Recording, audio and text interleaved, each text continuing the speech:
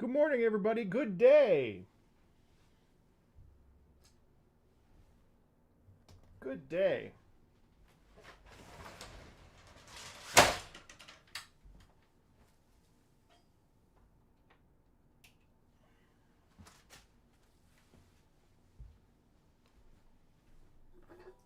I hope everyone is swell. Apologies for my delay. Hello, hello, hello. You show that door who's boss. I sure did. Does this have... One sec. This is July's list, baby. A new month. Hello, hello. Hey, everybody, what's going on? Happy July 3rd. Happy July 3rd. Golem 1 reporting in. This hat's a little bit too small for my head. But that's fine. Thank you, Toby. Thank you, Toby, for the Prime sub over there. I hope I'm staying hydrated. Well, I know in Europe it's rough. Yeah, it's been pretty toasty. It's been pretty toasty, but I'm doing okay. How am I doing? You know, I'm doing pretty well. I've just uploaded a video about Wuthering Waves, which I'm always happy to do. Yeah, I'm gonna have a weekend, and I hope everyone has a weekend. I've been deep in the yo, what's up, Vanyar? I've been deep in the Magic the Gathering coal mines, as it were. But I'm very happy about that. Yeah. So today we have a very busy, full stream of listening, of course, to Patreon suggestions, as always. Do note that we will be having an anime OST listen on Patreon here pretty soon. I would say, well, it's certainly this month. I don't have a date set, but that's definitely something that's going to be happening. And that obviously, of course, is specific to Patreon just because of the nature of it. Next week, we are doing our community live stream. Yes, of course. Next week, we'll be doing our community live stream. And I'm really looking forward to that. We just had ours, like last week? So hold on one tiny second. Oh, no. Okay, we're good. Morning. Today we're listening to some pretty cool stuff. We got some esoteric ebb, some legends of some Sora no Kisek, some Legend of Heroes, Trails Through Daybreak, Trails from Zero.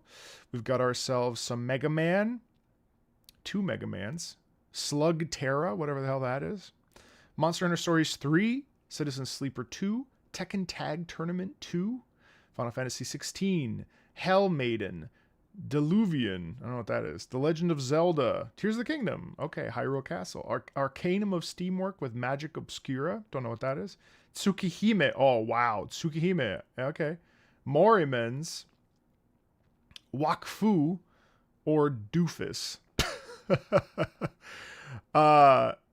And I think I'll probably end up going with Tekken Tag Tournament 2 there, just FYI, Tom. So the game plan is as usual. If you're new here, welcome in, of course. Today we listen to songs that are provided from my Patreon community, and this is the only way that I know how to give back to them, other than watching anime. And I appreciate everyone's support. Thank you for being here. Obviously, thank you to the patrons who come and, of course, support the channel. You help me make good videos, which I really appreciate. If you would like to support the channel, you can check it out for yourself at patreon.com/MarcoMeatball. Thank you to those of you that are recent sign-uppies. We have some new folks that have joined, which is great. Yeah, that's the game plan. Also, thank you so much for showing up for these streams the last couple weeks. Aside from Kingdom Hearts, streams have been really fun, really full of wonderful people, and we've been having a great time. Yesterday, of course, was my crash out. Many crash outs during Rhythm Heaven. I tried to play it last night, but I kept falling asleep. And I'm also making progress in Final Fantasy VI, which, drum roll please, is why I decided to buy this shirt for Final Fantasy VI. Very mature Final Fantasy. Probably the best Final Fantasy. If I'm being objective, if I'm being objective, I would say the themes of 6. Yeah, my wife was like, "Why is he swearing so much?" She was like, "What are you doing? You finished it?" I kind of just want to play through it and then decide whether or not I want the medals, you know? So I can be like, I played Rhythm Heaven. I did it. I want to not care about the medals, but I also have this part of me, I think the obsessive compulsive disorder part of me that is sick and twisted, that must get the medals. But honestly, on handheld, I was struggling with that godforsaken Alien one that I basically ended the stream on yesterday. Hi, Altera, how are you?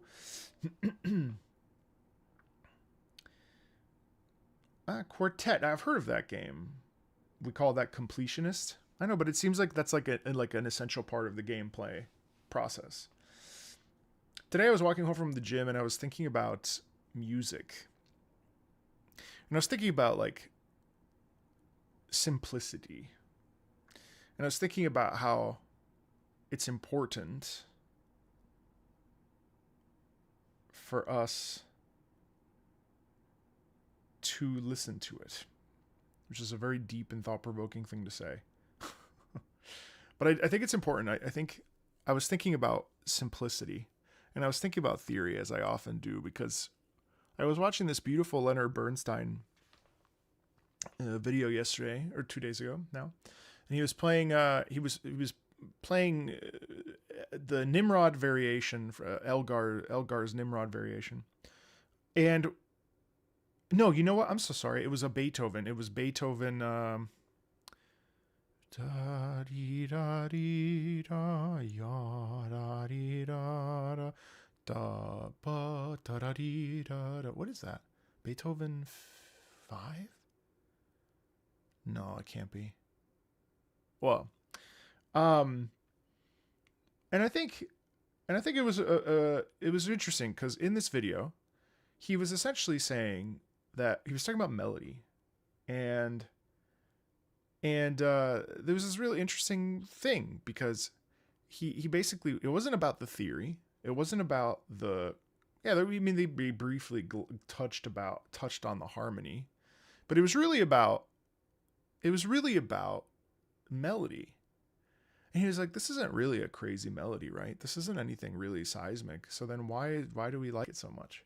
And it was one of these things where there was no answer per se, but it was interesting to explore. It was interesting to see a composer conductor like Leonard Bernstein, you know, a luminary in the classical music space, basically alluding to the fact that, you know, the theory and the technicality and all this shit you see, you know, that we see a lot on YouTube,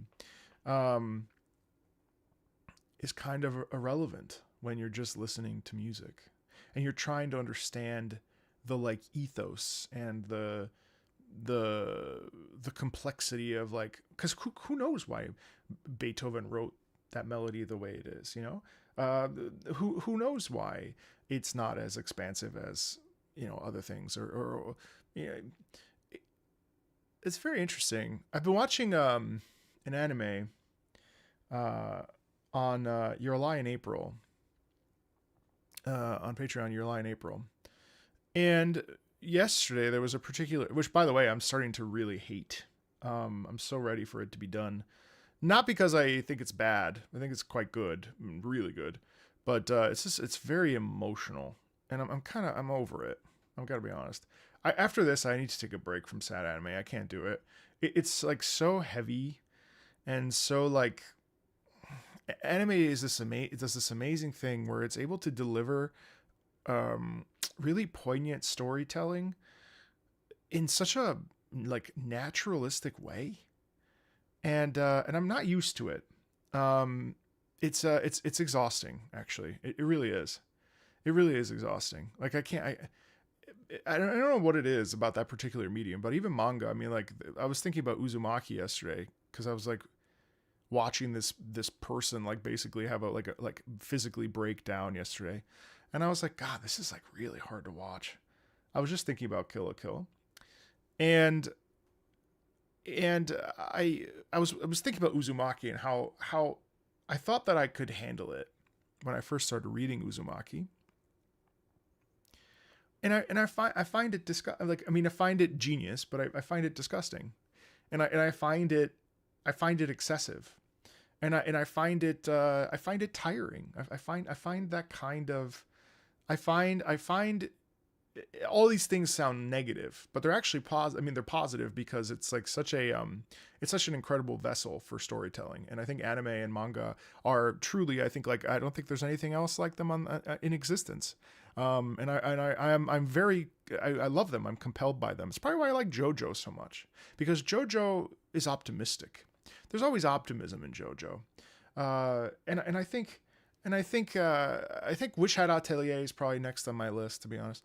I need a palate cleanser. Your Lie in April. I mean, yes, I'm watching Cowboy Bebop at the same time, and obviously I'm on the long haul for JoJo, but like, Your Lie in April just is doing something to me. I'm like viscerally pushing against it, and I don't know what that is, and I feel like I'm pretty in touch with my emotional landscape, but Your Lie in April is such a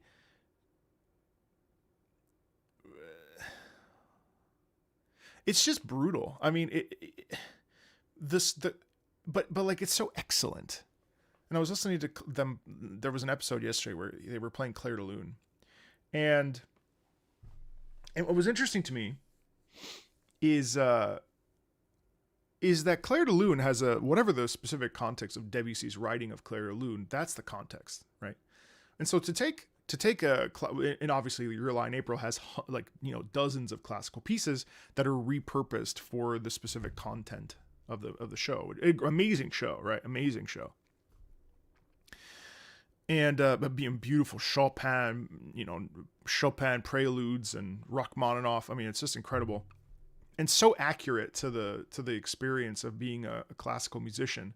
I mean, it's actually uncanny how accurate a random anime about middle school kids can be so accurate about the experience of being a classical performer and all the different facets of it. It's a wonderful case study on what it's like to exist in the classical music space. Really tremendous. But I kind of saw this twist happening, and I feel like I'm being pulled in like 4 different directions emotionally right now with Your Lie in April as it ends. I'm on episode 17, and there's like 5 more episodes. And I kind of expected this to happen, and I was calling it from the get-go. But it's just so... I'm just over it. Same thing with Violet Evergarden. It was like, bro, okay, every episode, I don't need this. I don't need this in my life. Like, I could stop watching Your Lie in April right now and be happy. I know I'm going to finish it, because I feel like, well, I mean, I'm at the end of it, so I might as well finish it. But it's one of these things where, like, I don't envision ever picking it back up, because it's just too much. It's just too much. I can't. And again, what an incredible medium that I can literally be exhausted. Never. And I'm a movie guy. I'm like a movie buff. I love movies. Love movies. Never in my life have I experienced a medium like anime that makes things so present, real, raw, and honest. I swear to God. And it's the most fascinating thing as a person who's just come to anime really in the last year. And I feel like I've been immersing myself pretty well, a lot of classics and stuff, but like, I can't, I just can't believe it. I can't believe how tired I am when I watch an anime. Like, I can only do 2 episodes at a time, because it breaks me. Like, I mean, some episodes are good. Sometimes I get bored. Other times I'm like on the edge of my seat. Neon Genesis Evangelion was like a revelation for me. Like, I've never been more obsessed with a piece of media since probably when I was a child with Star Wars. Like, Evangelion is like sometimes all I think about. It's crazy. It's just floating in my subconscious. I didn't even do that on purpose. I've watched plenty of other anime before, but there's something about Evangelion that just like triggered something in me that just like I had an awakening, and I'm not the same. There's like Evangelion Marco, and then there's post Evangelion Marco, and they're not the same person. It's actually crazy. This month, in July, they're doing a showing of the end of Evangelion at the movie theaters. You bet your fucking ass I'm gonna be there. And then in September, they're doing an Akira 4K showing. You bet your ass I'm gonna be there. I love anime. I love anime. I love manga. I just bought the Ghost in the Shell manga over here. I'm looking forward to now that, because there's that reboot of it coming out, and I got to read Witch Hat Atelier because I have a special guest coming, and so I need to be caught up with the information on that. But anyway, I found myself so tired after watching Your Lie in April, and it kind of angry. Like, I get so mad. It's like so triggering. There were a couple scenes that I was watching yesterday that I was just like, oh, come the fuck on, bro. Like, I can't do this. And I don't know what it is. I don't know if it's I'm in an era of positivity in my life where like I can't bear the negative feelings, but I'm so tired. The other day I was watching Cowboy Bebop, and I understand why young people have like their awakenings with anime, because Faye was the fan service in Cowboy Bebop is really interesting because it's very, very, very subtle, but then very overt at the same time. Faye, there's a scene, she's on a boat. Also, this episode was all about Jet, which was awesome. Jet is such a cool fucking character. And there was a scene where she's on the boat, and just the first shot is of her putting lotion on her boobs. And then she's just lotioning her body. And I was like, man, now this is fan service I can get behind. Like, this is crazy because it's so subtle. It's so subtle, but also so direct that, of course, people had their awakenings when watching this for the first time. This shit is crazy. And anime just does that. Anime just has this way about it. JoJo's crazy for this, too. The fan service in JoJo's insane. I mean, it's season 2, especially, where season 1, part 2 was had some crazy fan services. And I don't know. I'm not the same guy. I'm not the same guy that I was when I started watching anime. And honestly, that's why I think I'd really enjoy One Piece, because I love Luffy's optimism, and he used to be so annoying to me. But I think over the last couple of years of my own personal life, I've just changed. I don't know, man. It's amazing. It's an amazing thing to be on this side of it. I really love the medium. I don't want to watch every anime ever, but Your Lie in April makes me so tired. It truly does. I can't wait for it to be over. Like, at least with Apothecary Diaries, I like tried 3 episodes and I was like, I keep falling asleep, guys. I don't think this is it. I don't think this is it for me. I keep falling asleep. I can't do this. Maybe I'll try it again at some point, but like right now, maybe now is different than, back then. And frankly, if it wasn't for this anime arc, I don't even think I'd be enjoying Kingdom Hearts nearly as much. Or any, like, I find that I find myself more in love with Japanese media than I ever before, which is crazy because I've always been a Japanese media person. I grew up with Final Fantasy, for God's sakes. I don't know, man. Like, it's a different world. Where am I? What are we talking about? What are we doing here? What is today? I'm sorry. I just went deeply into a hole. I just totally... Holy shit. Are you guys still here? Bro, what are we even doing? I don't even know what we're talking about today. We're listening to music. Holy shit. Whoa. What's up, guys? Madoka Magica? It's definitely on the list. Whoa. Also, hello, guys. Welcome in. Hi, Yoshi. Hello. Yeah, no. Faye is... Yeah, no. Yeah. All right. So, yeah, I think Kill la Kill will probably end up being next because I hear it's fun, and I think I'm ready for that level of anime. Hello, Mello. I look different? New glasses.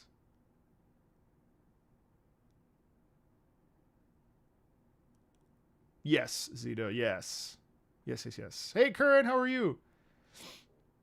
Overlord. Yeah, I've heard of that. Today, you know what's crazy is that I love what I love about JoJo openings is that every single time I listen to a new opening from JoJo, I usually hate it because I get so used to the one before. But now I've been listening to truly I've been listening to Stand Proud. Like I've been going back to the gym with my ankle, thankfully, and I have been listening to Stand Proud like on repeat, which is what I was doing with Bloody Stream. Um, I'll listen to it on repeat for like today. I listened to both Bloody Stream and Stand Proud today for legit a full hour. I just alternated between the two. That and the Evangelion 2.2. Oh my god, the song, the da dee da da ya da da da dee. What's that song called? Uh well, anyway, it's called like Sins from Genesis, I think it's called. Shiro Sagisu. Yeah, Sin from Genesis, the movie version from 2.0, excuse me. Oh my god. So, yeah. So fucking good. It plays at that scene when Eva 001 goes primal and loses and becomes the I don't want to spoil it for anybody. Yeah, Brian, Rhythm Heaven is one of the best music games ever made. I actually think Rhythm Heaven is probably one of the best games of the year. At this point, I'm waiting for Ace Combat 8, but arguably, I would say my two favorite games of the year so far have come out this year have been Resident Evil and Resident Evil 9 and Rhythm Heaven. I can't wait to play it this weekend, and I probably like Resident Evil 9 more, but what an incredible game. It's so much fun. Did you check out Cyberpunk Edge Runners 2 teaser? I did. Yes, I did. I haven't filmed a video quite yet. Anyway, okay. Marco Rant Day happened. Hi guys, welcome in. Happy Friday. We're just chilling. All right. So, as is the case with all Fridays, also I'm a little bit more relaxed today. Snappy, next week on Wednesday, we'll have our community stream where you can feel free to put in a recommendation and stuff.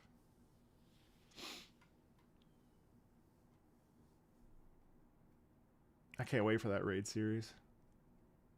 Marco, I pre-ordered AC8 twice, so I'll have 2 copies. Yes. The Avatar fighting game is going to be up there on GOTY. I kind of wonder how that's going to go. That's coming out this month, but I'm really excited for Tokon personally. You have no idea how hard it was not to talk about Ado being in the game, but then I saw you post. Yes, Ado sounded so good in that. TGIF, I logged off early to paint some 40K models while my partner finishes her day. So my wife has the day off. I can't tell you how difficult it was to actually get up and do stuff today. Because I was literally late. That's why I was late. Because I was laying in bed until fucking... Yeah. No, I know. I won't confuse Tori, Kelly, and Ado now. Astaria, how are you? I hope you plan on listening to Dottoro's second boss theme. It's so much better than the first. At least I think so. You were right about the first one being repetitive. Don't tell the Genshin community. They'll be so mad. Ice Chati. I do plan on listening to it though, yeah. Ciao, Ton, no come va. Okay. I think we're almost ready. I'll give us another five minutes. We haven't listened to anything, unless you mean listening to me talk ad nauseum about how much I like anime, and also am like emotionally vexed by it. What's up, Death Hunter?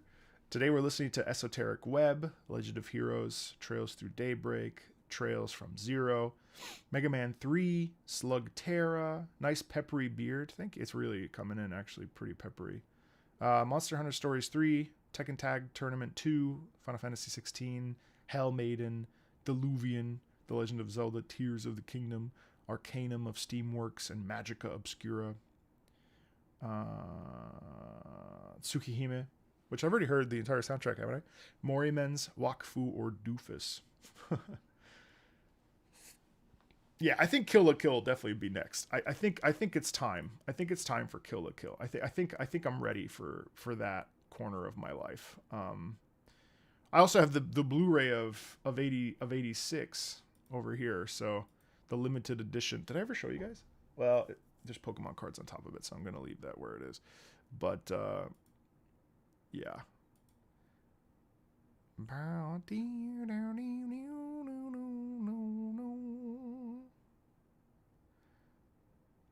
I like this title today, by the way. Gotcha sucks. This game doesn't.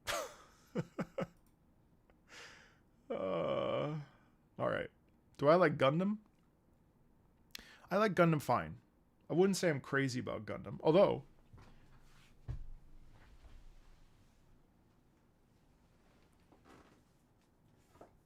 I want to get into this sucker, though. Look at this fucking tome. I thought it was only like 2 volumes, but it's like 8. So I probably won't read all of them, but that's there.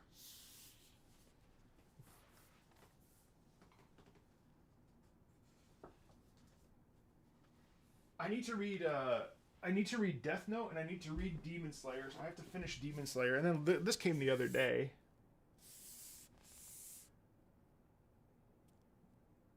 So, oh wait, is my, yeah, it's on. Sorry, hold on one second. My freaking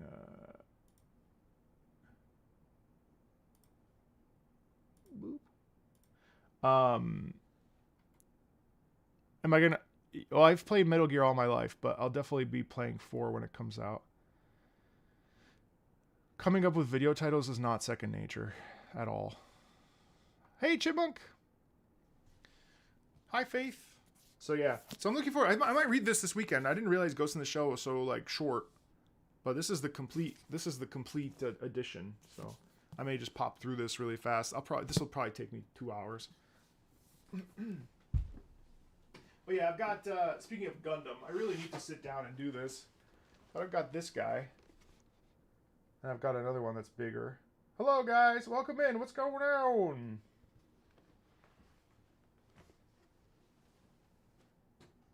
I have, like, all this stuff. And then I have a bigger one over there. I also need to read Death Note. I've got Dorohedoro down there. Oh, I've got Monster down there I need to start reading. I also have Witch Hat Atelier I want to read. And also Delicious in Dungeon I need to read. So the only Junji I have is Izumaki, and I couldn't do it, so I just stopped. So I couldn't do it. When's the community build night? Let me get the community commander night done first. What do you think of solo leveling? I don't know, man. I didn't really read it. I have the light novel here, but I just didn't. I was sort of uninterested. Oh, when will the next MTG event be? That's a great question. I think we'll probably do it once a month. I'd like to, whether it's arena or like a 4-person commander night, and then we have viewers just watching. I'll have to figure it out, but I definitely want to keep doing it. Have I seen Destiny 4? No, I haven't.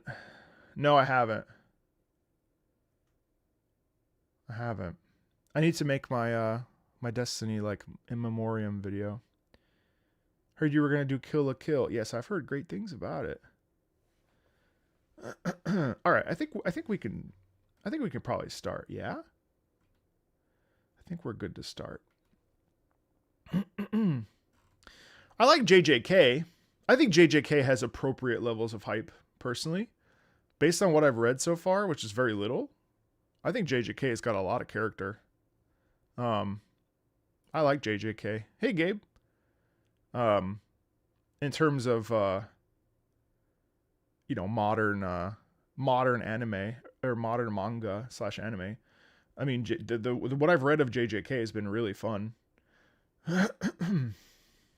Well, I was gonna pick one of the longer ones for Bleach, or speaking of TCG, You're terrified of learning a new one. I actually briefly picked up the One Piece TCG, but Bandai Namco is putting out a new TCG every year, and I just don't feel like I can trust Bandai Namco to like. And I love Bandai Namco, don't get me wrong, but like I can't. You know, what at this point I can't trust. Now Naruto is coming out. You got Digimon. Digimon's fine. That's like kind of slowly plodding along. But then One Piece is huge right now. But I don't trust that. I can't trust Bandai Namco to like lean into. Oh, hey Kay, how are you? Quay? I never actually know how to pronounce your name, dude. Have I seen the Mononoke series? Of course. Of course. There's an official MTG soundtrack? I did not know that. Together, Destiny 2, Moment of Triumph OST? Oh, wow. Yeah, that's a great idea, actually. Gundam TCG is doing great. Yeah, I know, I saw. The local game stores got it all the time. Hey, K. House of K, Quay. It's got to be some Xenoblade character.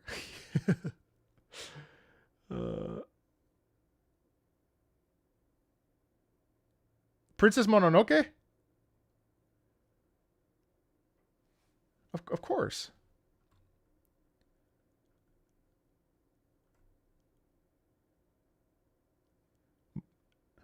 Oh, not the I'm sorry, not the Ghibli. No, I haven't. I'm sorry, I misunderstood you. My bad. No. Have I watched Steins Gate? No, but I have the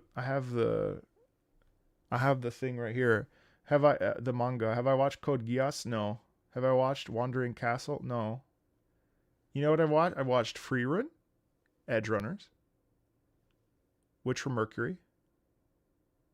Wait. No, I'm forgetting.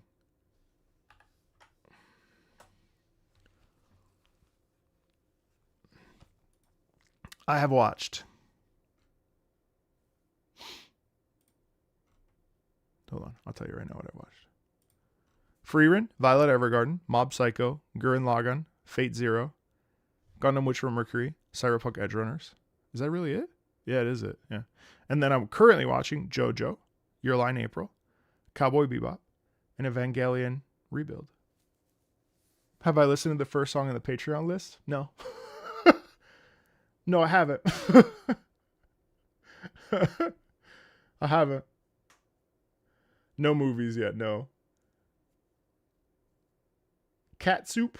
I can't do emotionally heavy right now. I need to take a break. Oh, and all of the Studio Ghibli movies. Minus Grave of Fireflies. And some of the newer stuff.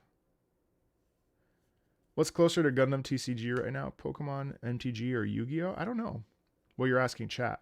Full Metal Alchemist, I've read the entire manga. It's probably one of my favorite novels. It's probably one of my favorite things I've ever read. Ever. Full Metal Alchemist is divine. It is probably one of I'm so happy that I am alive and have read. That is a show. That is a book, a series that I would reread. I don't like to reread things or rewatch or re things, but I would absolutely. I know I need to watch. I know I need to watch Brotherhood, but Full Metal Alchemist. I could not speak more highly about Full Metal Alchemist. Hey Danasu, how are you? Demons of the Shadow Realm. Did I check out? Flesh and Blood. I've heard great things.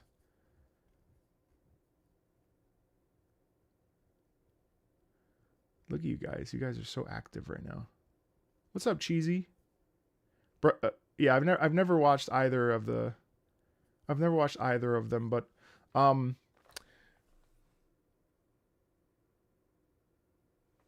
as far as TCG, the only other TCG I've been getting into is Pokemon because it's a nice palate cleanse from Magic. I just suck at Magic, but I want to get better. I want to get better. Are we talking more weeb stuff? Where's that goddamn? I like how people called. I'll online, people called the League of Legends TCG Riftbound. They called it a plant. That shit cracked me up. Escaflowne. Oh my god, the main theme of Escaflowne is so beautiful. My favorite Evangelion character is what's his name? Shoot. My favorite characters is the cup of coffee during the sex scene with no,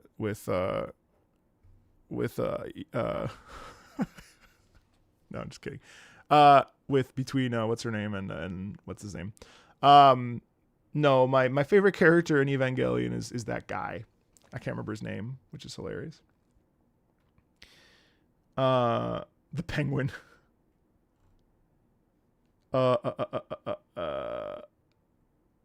What's your thoughts about season 2 of CD Projekt Red? I think it's going to be really good. I actually think I'll probably end up liking season 2 more than season 1. Thanks, John. Misato-san. Misato's BF, yeah. What I like about him is that he's aware of everything that's going on. He's still trying to play his own game. I'm really upset I can't remember his name. But he also like he's such a gray character, I think, because he's got, you know, he's got skeletons in his closet as well, but he's got stuff, you know. He's working all the sides, and then in the end he gets, you know. I know, but there's no good characters in Evangelion. I mean, what am I going to say? I mean, what am I going to say? Rei Ayanami? Which one? Which one? You know? Ryoji Kaji, that's right. That's who it is. You know? Yeah.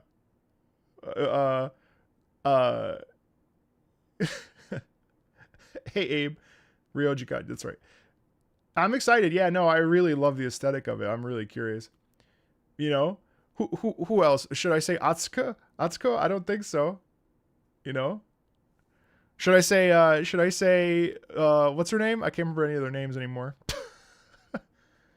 Freaking you know, Asuka? Yeah, I can't say Asuka. Shinji?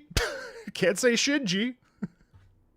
Ritsuko, yeah. Should I say Ritsuko? Ritsuko's crazy. Who? Maybe one of the maybe my favorite character is no, I can't even say Ritsuko's mother. The AI version, you know, the Rei who smiled. Yeah. I guess my favorite character is God Rei, Angel Rei. Angel Rei and End of Evangelion. I can't figure out who else I could possibly like in that show. None of them are likable. Gendo is definitely my favorite. Yeah. The new glasses girl. Oh yeah. Oh, I don't know what's going on with her yet. Hey, Clippy. All right. I think we're ready to go. I think we're ready to start. Feel free to keep asking questions and stuff. I'll just answer them after listening to individual tracks. So, okay. So today we've got a lot to do. Not too much though, which is why I took some time to chat. Gendo is a generational homewrecker, but literally though, like, oh, that's so funny. I think honestly, maybe one of the only good characters in Evangelion is the guy that hangs out next to Gendo. You know, like I think maybe that guy, but even that guy is not great. Well, I hope you enjoy, Abe. I'm kind of slowing down a little bit, but that's good. I want to take my time with Kingdom Hearts 2, so I'll be streaming it on Monday and then on Thursday. And then Tuesday, Wednesday, I've got like meetings and singing and not singing, but singing or meetings, and I want to film some videos. Misato's good. Fuyutsuki, that's right. I think Misato tries her best. I actually think that Misato is probably the one that is probably best, even when she falters slightly. You don't think she falters? I think she definitely, says some things that she doesn't mean. Anyway. Really, my favorite character is Eva 001.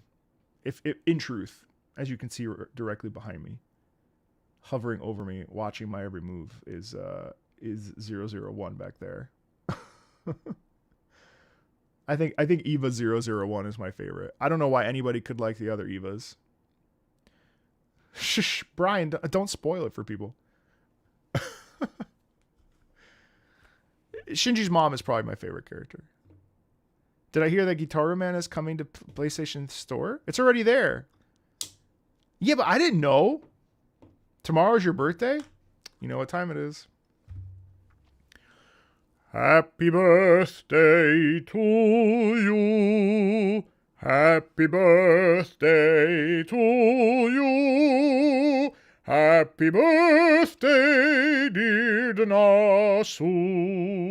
Happy birthday to you.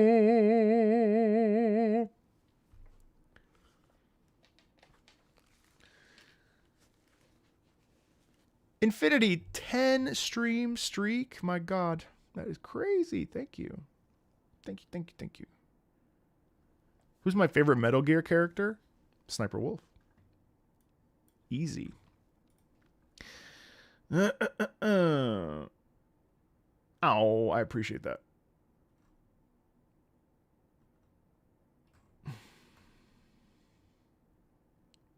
Didn't even skip a beat. No, it's either Sniper Wolf or it's Vulcan Raven. You know I like Metal Gear because I don't even have to think twice about the character names. I know where they are instantly. They're somewhere in the back of this. They're like right back here. That's how much I love Metal Gear. Metal Gear Solid is in my top 3 games of all time. Hey, Deathrock, what's up? Snake. But really, actually, no. I'm sorry. My most favorite. I mean, I like kind of all of them, but I'd probably say my most favorite Metal Gear character is Cyborg Ninja. I would probably say. All right, let's do it. Esoteric Web. Esoteric Web. Days of Yore, spelled with a J. This is the end credits track for Esoteric Web. It's a fantastic disco-like CRPG. Much like a credits song that Collage was, much like a credits song that Collage was to Nine Souls, the track is less indicative of the game's tone and more of a celebration. And I also think my favorite character in MGS4 is, well, I love Old Snake, but and I love honestly I love the enemies in MGS4, but I think my favorite, honestly, it's the only time I've actually ever liked Raiden. Is in MGS4. Raiden is such a badass in MGS4. Seeing Raiden in MGS4 is just so cool, so cool. Yeah. My camera's glitching out.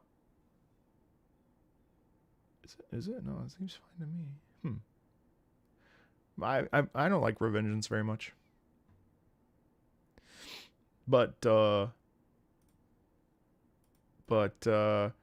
I need to try it again, I think. Now that I've discovered anime, I think I'd probably like it more. I can't get past the meme level of, well, memes, but I can't get past the meme level of MGR. Like, I also don't really like the style of game. I get very bored.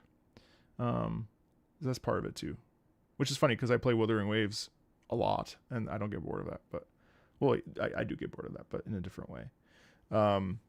Yeah, actually, like Bayonetta and stuff, I get so bored. Can't do it for a long time. I get restless. All right. Hey, Kramen, were you able to reduce Nightbot's like comments a little bit? I meant to ask you. If not, I can do it this weekend. I just wanted to touch base with you. I wasn't sure. Most hated MGS character?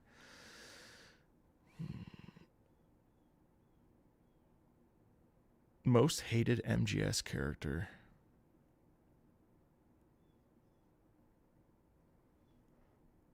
Hideo Kojima. No, I don't know. I don't really have one. You hate Volgan? Who's the guy with revolvers? Ocelot. Yeah, Vamp. No, you know who I hate is the guy on the hangar with the roller skates. That guy. I'd say that guy is the one I hate the most because he was actually a pain in the ass to fight. What was his name? He had like the you know, when I look back on it, Kojima's always been crazy. I don't know why I was so accepting of it back then. Fat Man was his name? Was it really?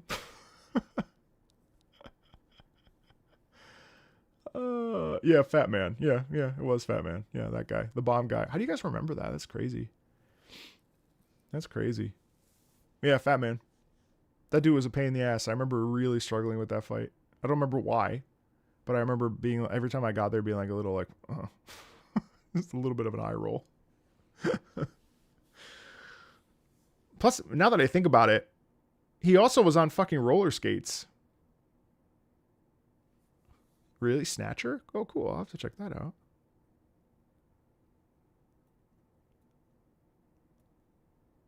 House in the Fata Morgana? I think I bought it. I'm really bad at visual novels because I fall asleep. Like, I bought Tsukihime after listening to the soundtrack, and I bought Witch on the Holy Night. Like, these are things I want to. I just get so bored. I'm like, well, I don't want to read. I want to play. You know, if I wanted to read, I would read a book. But a visual novel is like a book. In some ways, it's actually better. But anyway, that's a whole separate conversation. Not to be anti-visual novel. I don't have a problem with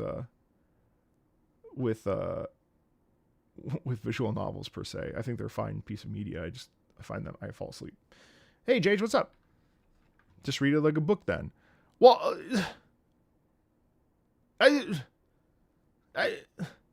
yeah. All right, Days of Yore.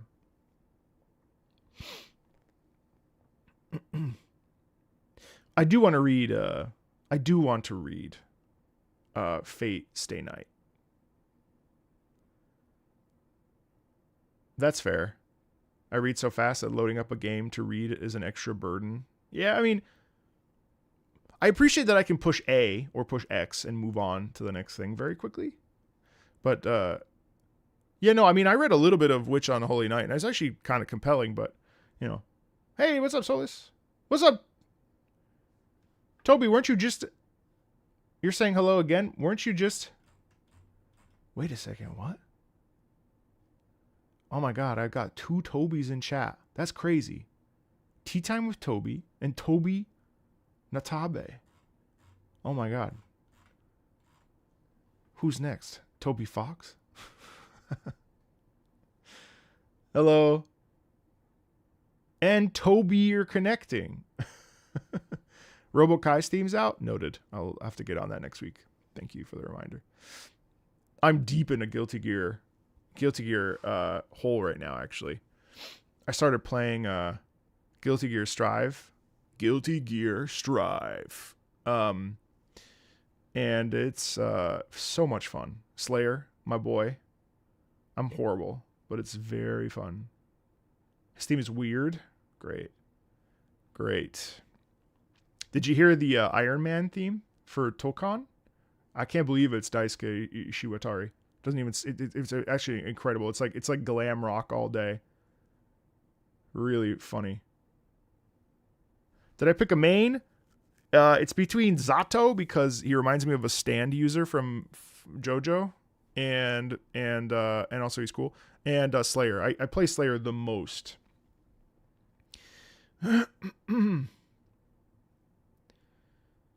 Oh, I got the slog to stay awake. Ooh.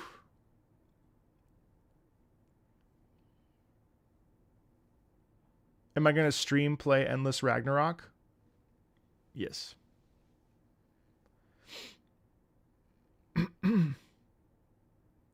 Yeah, Slayer is so fun. Although I don't feel like I have a lot of variety in the way that I approach my combat. Most of it's like half circle, X, pile driver, you know, half circle. I also love anyway. I also love his down A move, or down down B, where he does the. It's a really great counter. Zato has the same VA as Dio. That's right. And Slayer had the same VA as JoJo. That's right. Rest in peace, right? To I didn't realize that. Well, no wonder. No, Daisuke didn't sing that though, for the record. It was somebody else who sang it. He composed it. Anyway, we should start. I'm really distracted today. My bad. But anyway, yeah, I started playing Strive. I'd love to play on stream again. We had such a good time when I did it.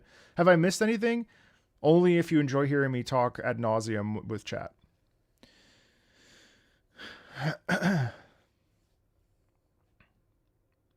So basically, you're a Hadouken links down spam. I don't like to spam, which is actually why I stopped playing. This is why I stopped playing Street Fighter 6. It was so unjust. Street Fighter 6, it's like in order to get out of the rank, to get out of the in order to get out of the lower ranks, you have to spam certain moves, and I thought it was just unjust. No worries, enjoy your lurk while you're doing homework. That's right, Naoki Hashimoto is the singer. That's right. I'm sorry. Daisuke Shiwatari is a composer. I accidentally confused those two. My bad. Yeah, no. Strive is great. I mean, it's my first foray in Guilty Gear. Although, you know what I listened to the other day for a video? Oh my god. I listened to Kai Kisuke Angel. Oh shoot, what was this song? Oh my god, the song was amazing. It was for my video. These albums come with a free game. What the hell was it? Is it Kai Kisuke's Kai Kisuke's theme? It's gonna bother me. Hold on. It's so freaking good, and then we'll get started here in a second. Kai Kisuke theme. I like how. Yeah, here it is. No, it's not Roar of the Spark. Oh, Pillar. No. What? Oh, Holy Orders.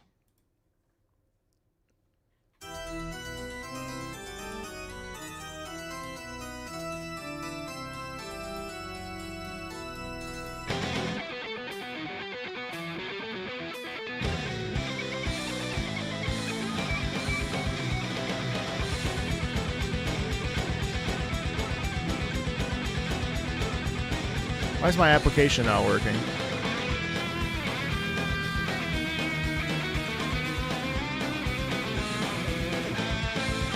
I've heard Pillars of the Underworld, yeah. Anyway, I actually like this sound a little bit more than Guilty Gear Strives, but it's pretty cool. All right, let's get started, shall we? Esoteric Ebb, Days of Yore.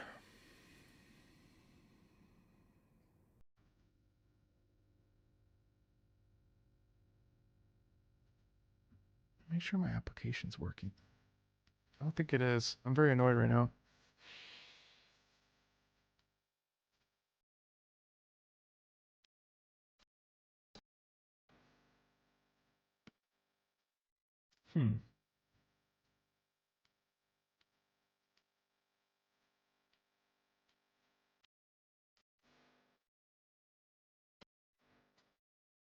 Hold on, I'm so sorry. I need to reset my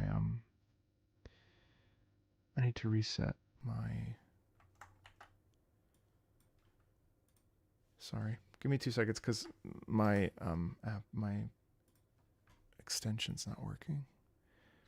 Yeah, you guys know I love to yap, so please, mea culpa, mea maxima culpa, but also I can't resist a good yap session, All right, let me reset that. Let me reset Chrome. Apparently, people don't like Chrome. It's all I've ever used. It's like, what do you mean you don't like Chrome?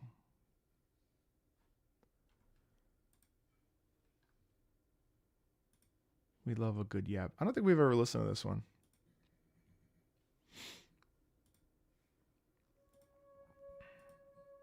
What the fuck? I'm so sorry, guys. 1 second. Why does this still have the fucking mass? What? I had a video up for shuffling and magic, and for whatever reason, that's what it says I'm listening to. So, okay, the thing might not be working today, so we'll just have to...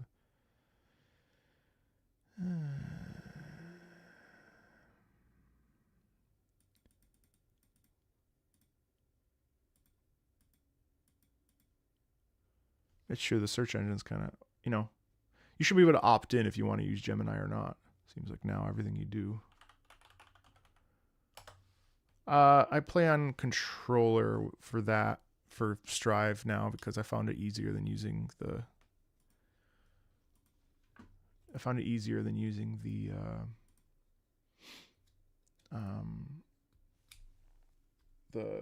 what's it called, this thing? I use this for Street Fighter. I don't use it for anything else.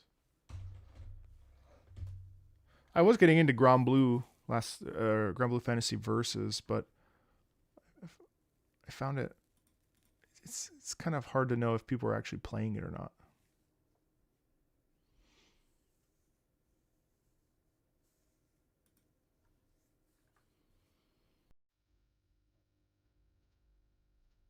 Okay, my extension's not working, so I'm gonna have to go old school here.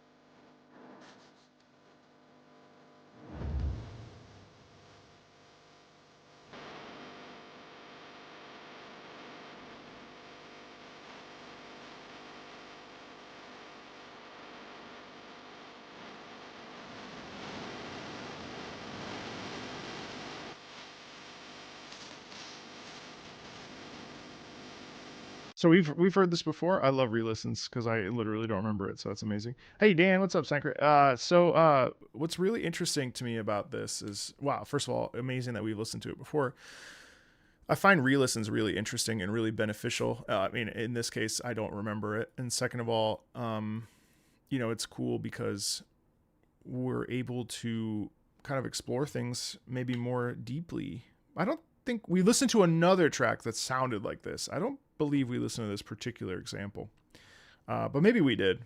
But either way, you know what I find most interesting about this piece is that so here we have a single dev making a game that is a Disco Elysium roguelike, or Disco Elysium spinoff, or I'm sorry, a Disco Elysium like is what I meant to say, and we have this sort of artistry coming out that is interesting because it's about like knights and, you know, like, you know, a medieval setting.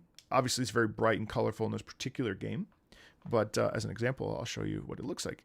And what I think is cool is that it's very unique in the sense that it doesn't really fit the context. Like, it doesn't really fit the setting. And I think that that works just fine. I think it's kind of cool when things deviate from.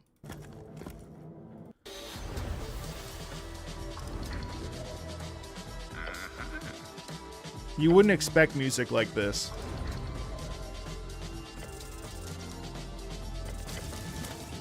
Oh, we have listened to it then?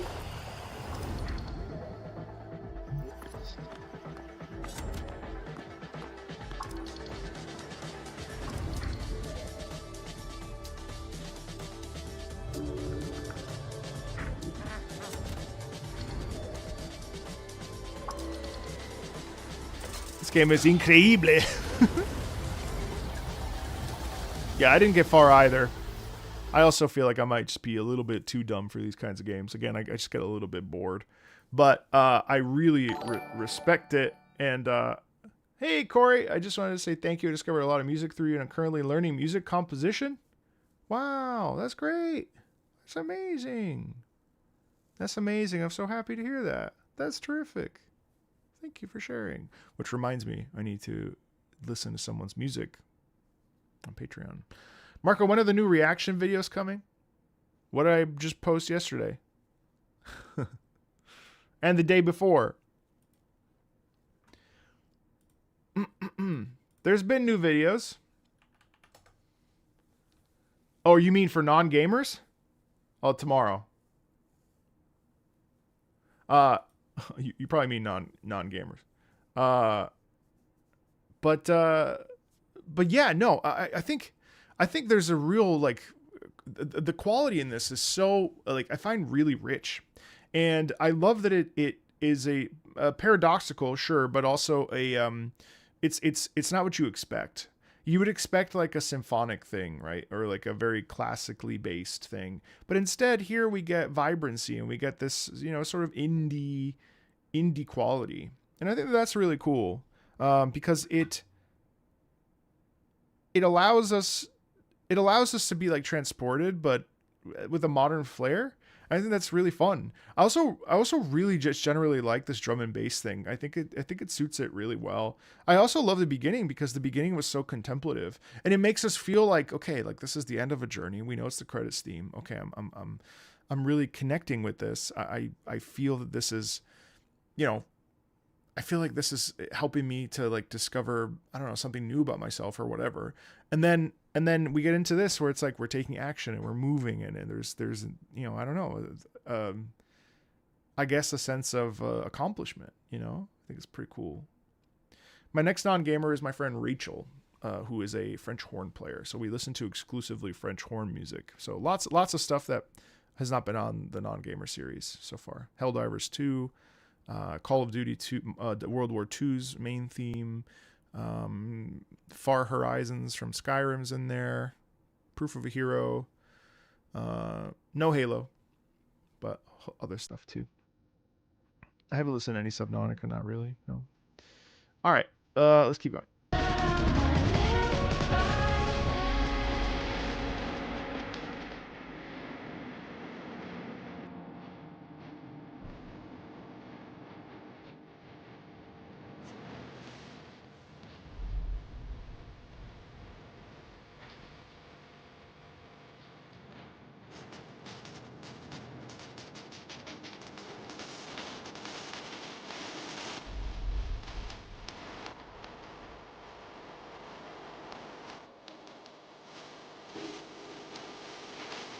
That's crazy.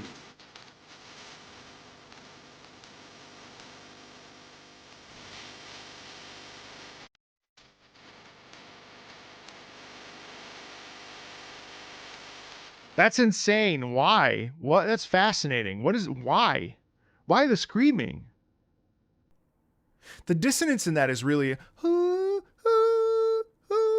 this tension in that takes a really interesting twist. Wow, that's crazy.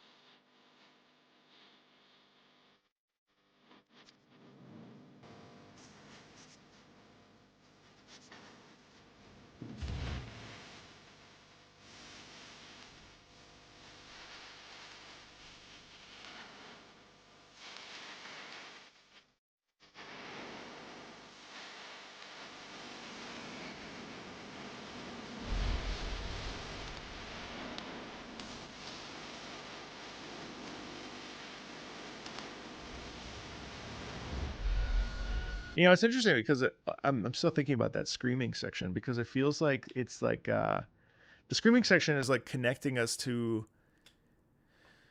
some sort of like a primality. You know what I mean? Like, where does that come from? Why is that there? Like, what is the intention behind it? You know what I mean? Like, I don't know. But I find it really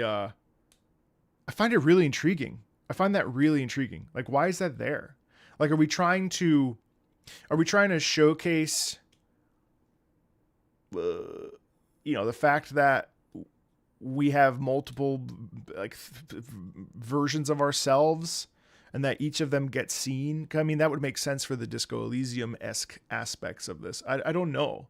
But that's very jarring. But because also too, like, the voice itself is so peaceful and it's so like, indie, sort of relaxed, very like, kind of not a lot of vibrato, a lot of air in the tone. Like, there's a very like soft quality to it, which feels very like, I mean, earlier we were saying it's like sitting down and looking, sitting on a park bench or something and like watching the sunrise or whatever. But like, why all of a sudden, it's interesting. It's interesting how it feels like it's almost kind of like a full range of emotion.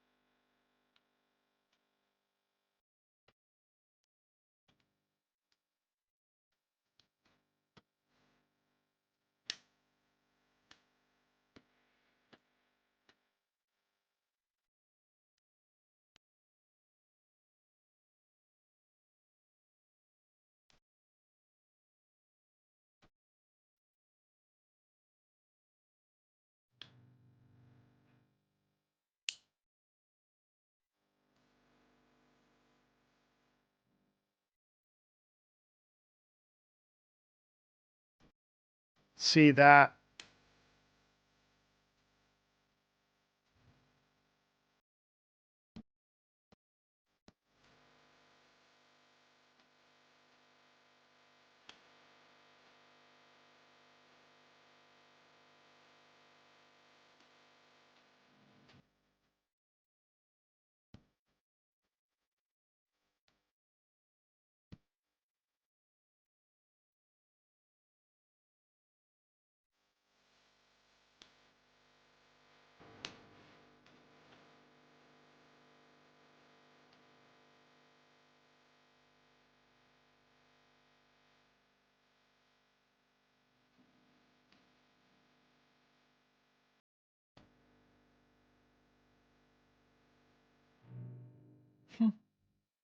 It's interesting. It's almost like we pull back and we go from all this like this intensity to then maybe shit. You know what I just thought about? What if the first half is birth, the last half is death, and the middle, where we have that anxiety and that stress and that anger and that shouting, is life. I don't. That it doesn't matter. Like, none of that's true. I don't know. Right? I'm not the composer, but for my own interpretive purposes, I actually think that feels real to me. That's pretty cool because the screaming is definitely like, not having physical discs in 2028, like shit like that. Like, there's something about that is so that feels accurate to me. That feels real to me. It's a very nice piece. I'd love to play that for a non-gamer. Great job. Nice job, Callie. Right, starting us off really strong. Really cool. Yeah. All right. Both of my tracks got approved by Deersley. Oh, and I'm supposed to care? I'm just kidding. I have not listened to that particular ending, but I should. I really should. Yeah, that's credits. Just kidding, Tom. This is The Legend of Heroes, Trails Through Daybreak, and Trails from Zero. So the first one is Namaoki Akumi no Hate, short version. The start of the Calvard arc.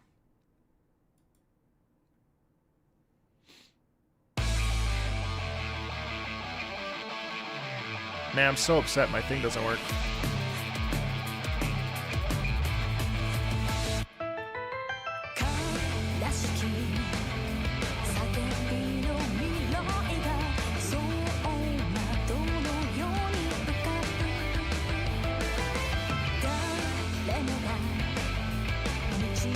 You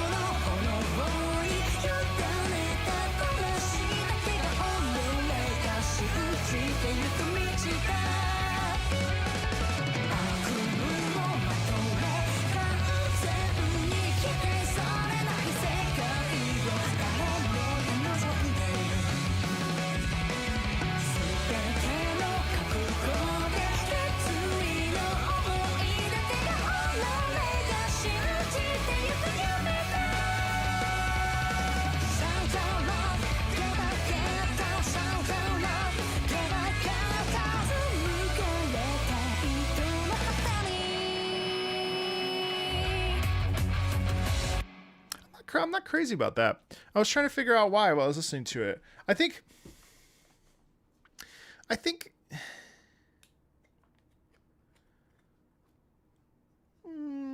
it's a little flat, like not vocally, but it's just very like here, you know. So it's very like here. Not necessarily. It's not a negative. Well, I mean, I guess it is a negative. I'm talking about why I don't like it, but I don't want to say I dislike the whole thing, because I mean I think like it's very galvanizing. The tempo's fun. I like the pace of it. You know, like what? Okay, well let's talk about what I like. I mean I like that. I like the sense of drive. I like the quality of, you know, I don't know, there's a sense of excitement in it, a sense of enthusiasm in it. But what I don't like about it is that it feels kind of stagnant, and it feels a bit like you've heard it before. You know what I mean? Like this isn't not that I need everything to be innovative, because I really hate this idea in gaming culture that like every game that comes out needs to innovate. I'm pretty okay with iteration. I don't mind iteration. Iterative stuff is how we get refinement.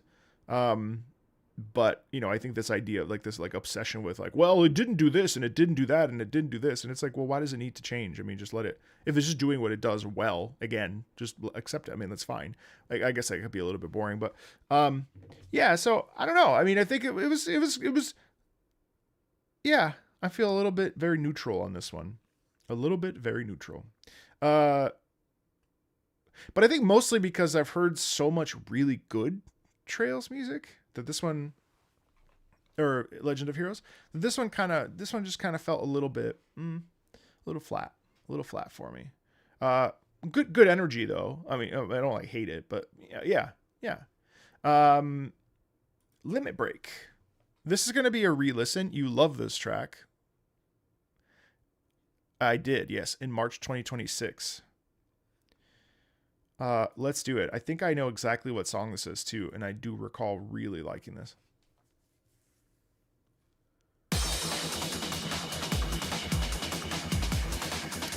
Yes.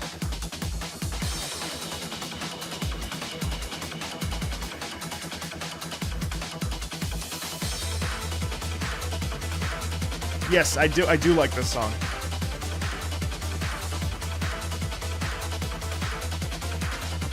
So what I like about this song is the clapping on the strong beats, and I love that the whole thing is just like you could dance like crazy to this track. It has so much energy in it. I want to see it. I want to see its momentum.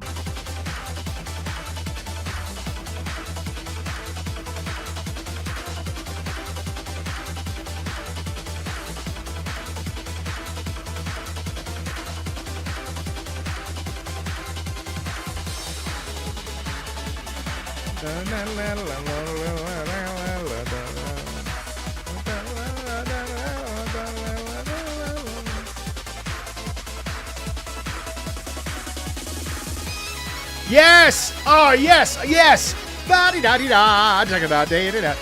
I mean, because it feels like it's going to be kind of like, okay, is this song going to do anything? And then out of nowhere, it pops out with the and it's exciting because it's like, oh man, gather your forces, baby. We're going to do this together. Let's go. Yeah, that's right. I really like that. Thank you. That just turned my energy up to like 10.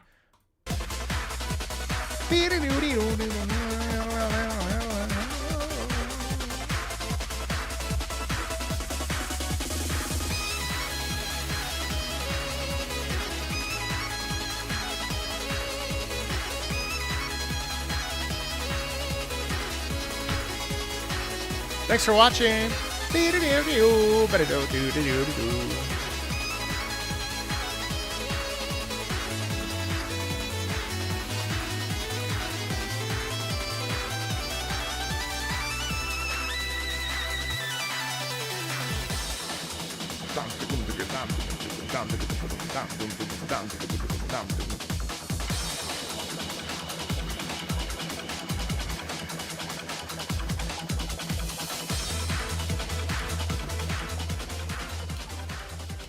Yeah. Yeah. You know, I wish that actually, now that I've listened to it again, I actually wish that this expanded slightly, because I think that there's actually there would have been more room in there to really cook with something really interesting, and I think you know, slightly more spicy. But that single riff, I don't know, obviously it would loop, right? But there's something so amazingly satisfying about that, even as it is, that I just love. And I think it's because it's so, so, so exciting, and there's so much energy behind it. You know what I mean? Like, it just like sets you off. It's just really, really, really nice. I mean, it's no Azure Arbiter, you know, or Arbitrator, excuse me, which I adore. And is like such a song. But yeah, no, that one, Limit Break's pretty cool. Actually, you know what? Earlier this week, I stumbled on it was on the Falcom Music Channel, and it was a Yeast 9. It was a Yeast 9, like, super ultimate album. And I listened to the whole thing. I haven't sat down and listened to it like a full album in my spare time in a minute. Bruh. Yeast 9 Super Ultimate is delightful to listen to. If you even remotely like any of the Falcon, I mean, totally different takes on it. It's like all orchestral with some electric guitar. Crazy stuff. Really enjoyable though. Really enjoyable. And that track is fun. Yeah. Thanks for replaying it for me, Hydro. It's really cool. All right, Mega Man 3. Mega Man 3. Don't know much about Mega Man 3. I know, you know, some Mega Man 2, but I don't know a lot of Mega Man 3, because Mega Man makes me suffer. And I don't like to suffer. And I don't know how anybody has ever played a Mega Man game and actually had fun. That's my feeling on Mega Man. However, I am obviously, I want to do another Mega Man video, actually. So this is a good motivator. So this is a title theme for Mega Man 3. This song, many Mega Man fans deem to be more iconic than Wily Fortress from Mega Man 2. Hello. This is also the game to introduce Mega Man's older brother, Proto Man, and for the stakes throughout the series to start increasing in seriousness, sort of. There's a brother? Okay. Loops at 54. No, I mean, this isn't even real music. We can't even listen to this. Sorry, guys. Sorry, guys. This isn't. Why would you want to listen to this? You know? This is music from like 19 something. This isn't real video game music.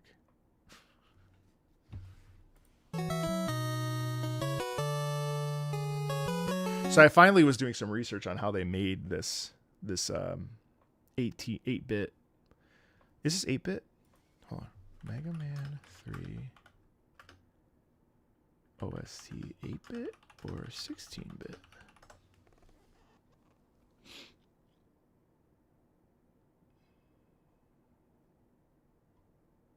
Yeah, yes. Anyway, the way that they 8-bit, thank you, NES. That's right. SNES is 16-bit, correct? Yes. Actually, that would be such a great title for a video. Why does anyone want to listen to this old music? I listen to old music no one wants to listen to anymore. Oh my god, genius. Joy bait. Get joy baited, bitch. That's my new thing, by the way. I'm kind of nervous, but that's my new thing is joy bait. Who wants to listen to old music anyway? Oh god, wait until you see this Deltarune video next week. It's spicy until the first 10 seconds, and then it's not spicy at all. But yeah, no. So I think it's really amazing how they were able to create this.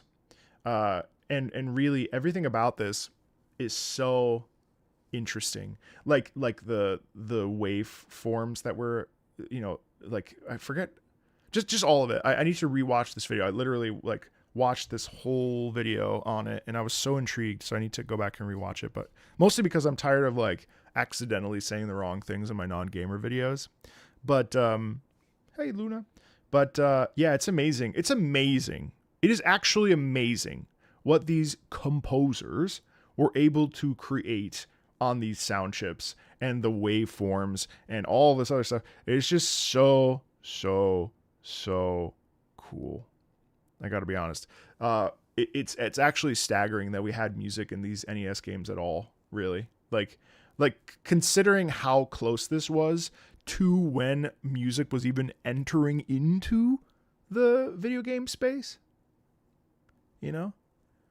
And I think that's so cool. I think that's so cool, you know? Yeah, I should probably do an Arrows video for sure. That's definitely on my list of things I would like to do. Yeah. But anyway, this is amazing. I mean, it's like such an interesting thing to heard 3 notes and went on a big talk about the music type. Why else would you be here? I fell asleep watching that video last night. Huh? Which one? The 8-bit guy? No, literally, this video is. If you guys are interested, I actually want to I want to plug this guy. I know I'm joking. 8-bit guy. The 8-bit guy. He literally made this. How old school sound music worked. Literally, this video is amazing. 10 years ago, 3.3 million views. Came a new type of computer music. It's actually shocking. I mean, my eyes glossed over a little bit while I was watching it, just because. Look, I even watched this video. How music was made on the Super Nintendo, and then they were talking about the Yamaha, how 90s games faked an orchestra. This is a great video as well. Sound font guy. Although people yelled at me because I said they were a sound font, and then they were like, "Well, it's not technically a sound font." But this is the Roland JV 1080 baby, and then this one is this was. It used to be sound waves, as he says, with these different voices and how the pulse wave and the square wave and the triangle wave, whatever. But then also, too, what's pretty cool is that they were able to, when the IBM computer came around, that's when things got a little bit more fancy. And you were able, because the sound chip was actually bigger. And the ad-lib card, which uses the Yamaha YM3812 sound chip. Yeah, the Yamaha. Look at this little tiny thing making this music. That's crazy. Well, not making it, but you know what I mean. It's insane how they were able to do this stuff, and like I mean, it's just crazy. Yeah, this video, I highly recommend you guys to watch this video. By the way, old school. This is the 8-bit guy. How old school sound music worked. So cool, so cool. Anyway, we're not here for that channel. We're here for my channel. But really recommend that video, and really actually these other 2 videos are really good too that my head is covering. So hold on. If you guys are interested in this at all, how music was made on the Super Nintendo and how 90s games faked an orchestra, both of these were amazing videos. I really, really, really can't recommend them enough. They really they helped me understand this stuff a lot better too, because this is a whole world that I don't know anything about. Because this, you know, I mean, what I find fascinating about the technological components of what make video game music is actually staggeringly interesting compared to how classical music and music in general, you know, it has evolved, because they evolved in totally different directions. They literally went like this. They were together, and then they went boop. And then the technology went this way, and the classical orchestral stuff went this way. But I mean, they're literally from the same branch. You know what I mean? It's crazy. And exactly. And then it's crazy too, because you get younger generations who don't even know Tim and Jeff Folan, who are totally like mad scientist magicians and what they were able to do. And it's true though. I mean, if you look at Jesper Kyd got his start on the Commodore 64, and that was amazing because I believe it was 16 channels, if I recall. So like they got to like, you know, essentially create like these really, really complex pieces of music on like a digital like system. I mean, like the whole thing is just so interesting, actually. I just never had time to sit down and really like look at it. Anyway, not what we're here for. But thank you for Mega Man 3. But actually, this is part of the conversation about this song, right? I mean,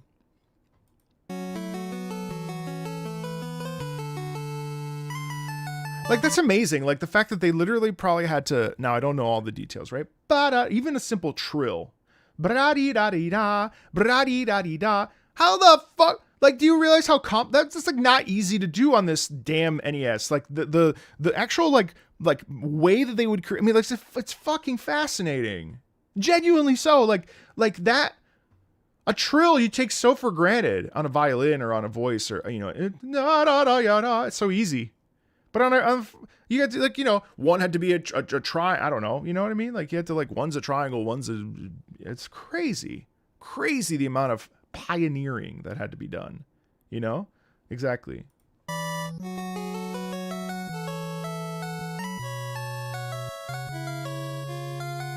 Because that's four voices, I believe. No, there's a bass, there's the lead, and then there's the melody. So there's like 3-4 voices in here, and like even this, like a 58-second jingle, basically.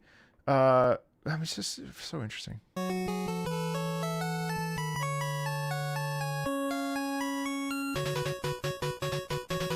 Yes, and so the percussive thing underneath, I did when I watched this video. So the percussive stuff under here, that's actually made with another wave file, and this is this particular percussion sound that we hear is present and also in Super Mario, because it was like something that was I forget what the like process here was, but like this is a common that sound is very common in multiple different versions or multiple different games, because it was, I guess, I don't know if it was easy to reproduce or if it was just like that was the only thing that particular wave could do. Someone who's like very well versed in this will definitely share at some point. But I thought it's just so interesting.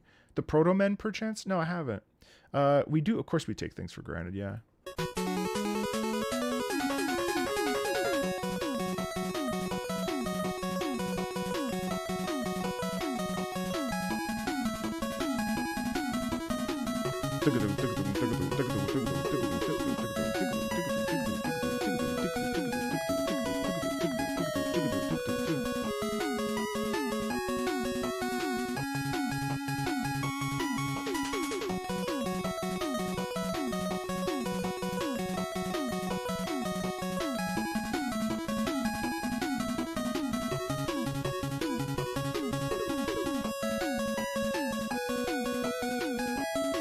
Oh, cool.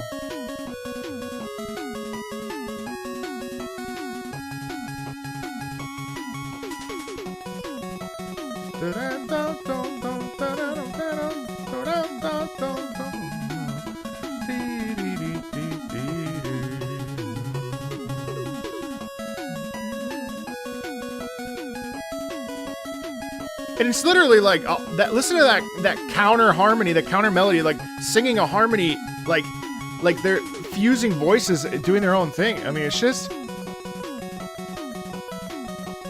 famous skyscraper was Mega Man 2, I believe.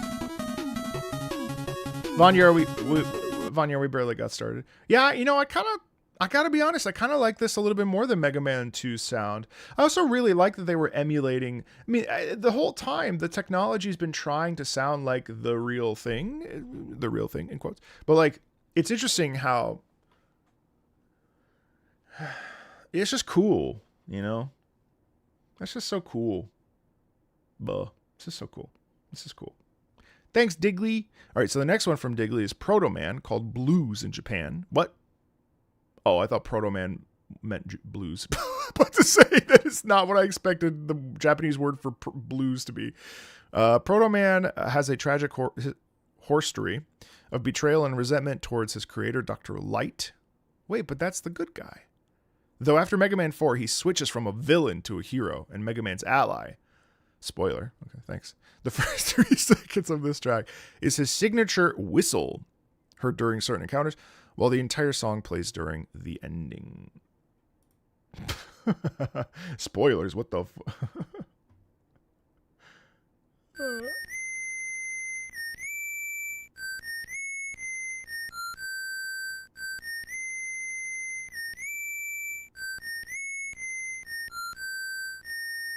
Now, obviously, that's loud.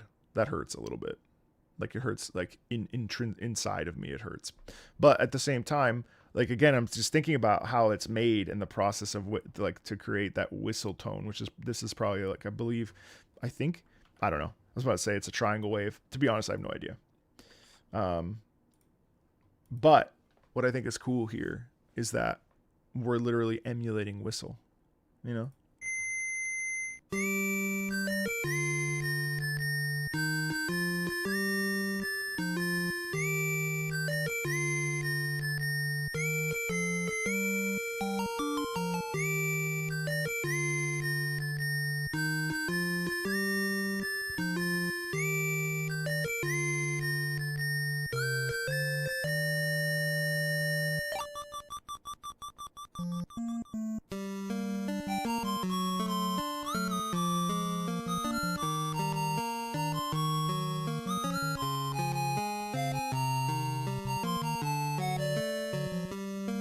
Yeah, I don't think they were ever meant to be played with headphones. I agree.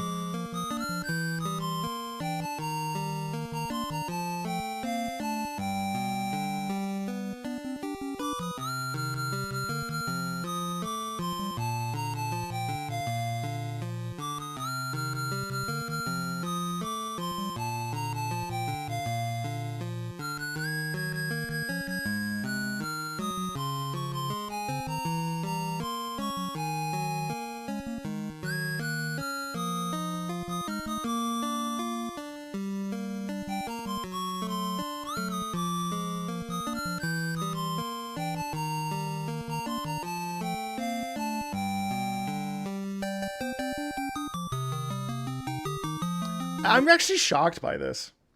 That is so charming. I did not expect the way that Proto Man is described, at least in this description, is this villain, you know, this agitated person, you know, a resentful, angry. But instead, in this, it's kind of like almost got like a blues western sound, kind of, right? And he's actually like, dagnabbit, that damn Dr. Light, you know what I mean? Like he's like, I don't know, like he's like, well, shit, I guess maybe it wasn't all that worth it, you know. Maybe I'll just decide to be on the good side. Shit. Well, this isn't what I wanted it to be, but I don't know. You know, it's kind of like, yeah, he's probably bummed out about it. He's like, oh shit. He's estranged from Dr. Light. So maybe he's a little sad about it. You know, this is very melancholy.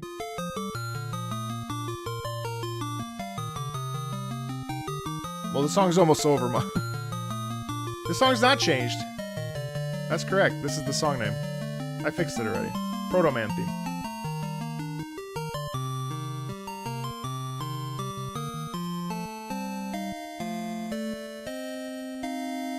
Nice rallentando to the end there. Like that. That's so like that's very charming. I actually really like that.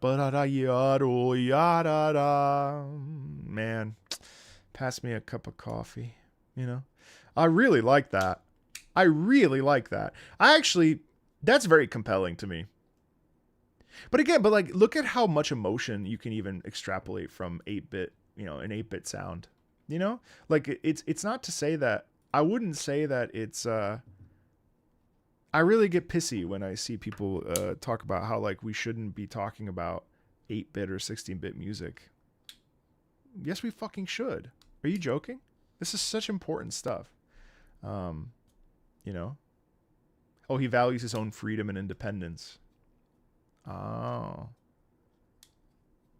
Like how, I can't rationalize why you wouldn't want to listen to that. If you even remotely like music at all, I feel like you kind of have an obligation to at least be curious. I'm not saying you have to listen to it. You know?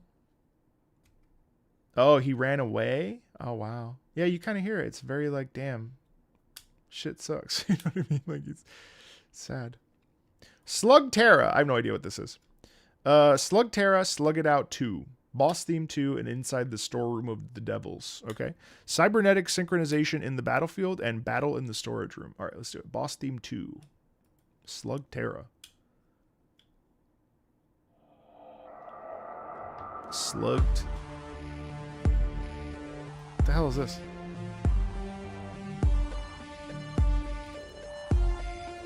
It's about slugs. Oh, you don't say.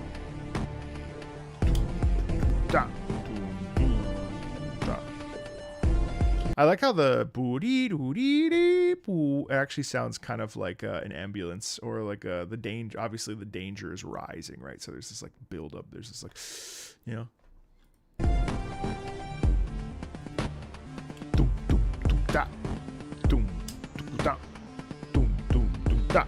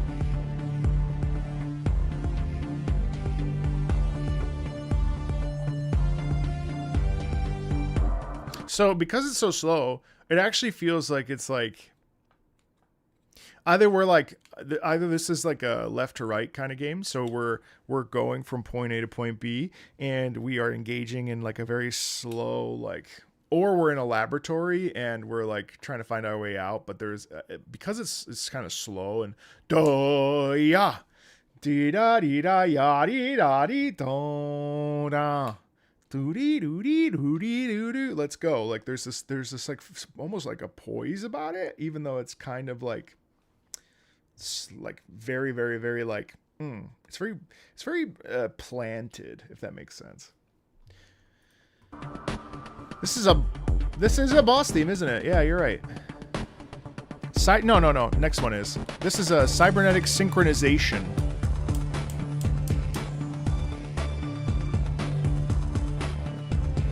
Sa da da da.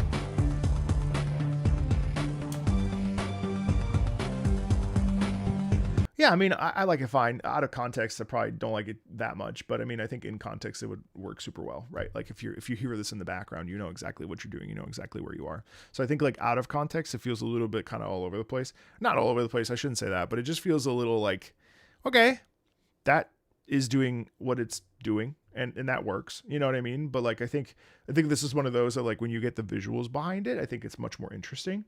And this is another track, like I mentioned, from Slugterra. This is Inside the Storeroom of Devils, which yeah, let's check this out.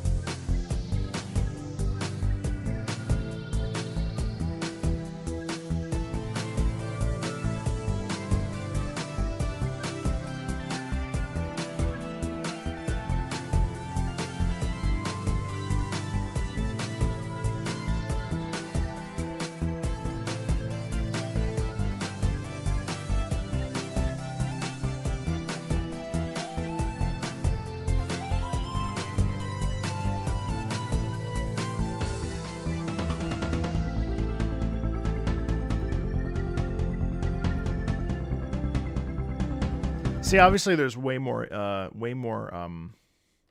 energy in this, way more momentum in this, way more like it. But it's also interesting because it's still kind of slow. So like, I'm also not necessarily a fan of the sound. Feels kind of like, I don't know. It's a little bit like kind of. It sounds mean to say it's a little bit like whatever, but that's not the right wording. So pray forgive me for saying it like that. But what I mean to say is that like it feels like we're moving. I don't know what that was. It feels like I was like it feels like I'm like a sheep. It feels like we're going down into the depths of something. It feels like we're going into taking action, right? And it feels like things are happening, but at the same time, musically, it has this sort of like it's a little bit nebulous. You know what I mean? It's a little bit. I don't feel that it's. Yeah, it's fine. It's fine.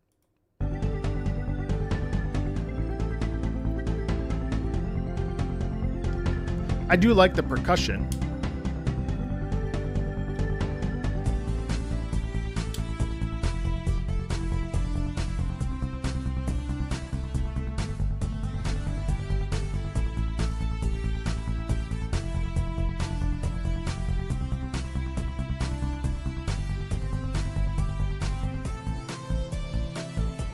I do like this though.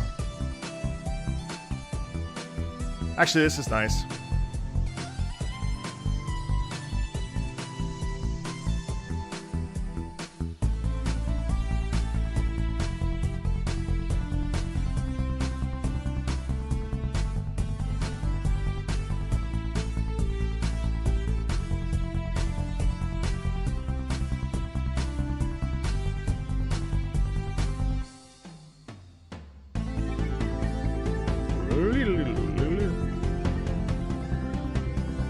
I find this track interesting actually because it's both for the world and also for the action that the player is taking.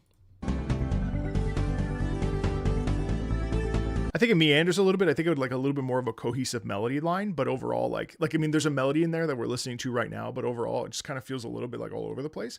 A little bit kind of like, well, it kind of feels like we're wading through water, which maybe is not a bad thing.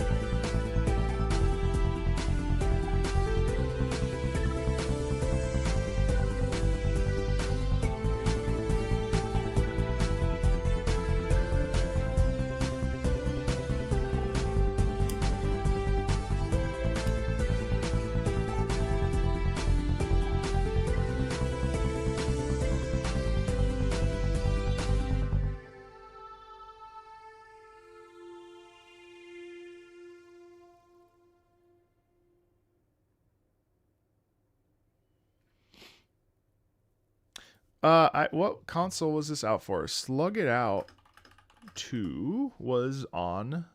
Oh, it was on phones.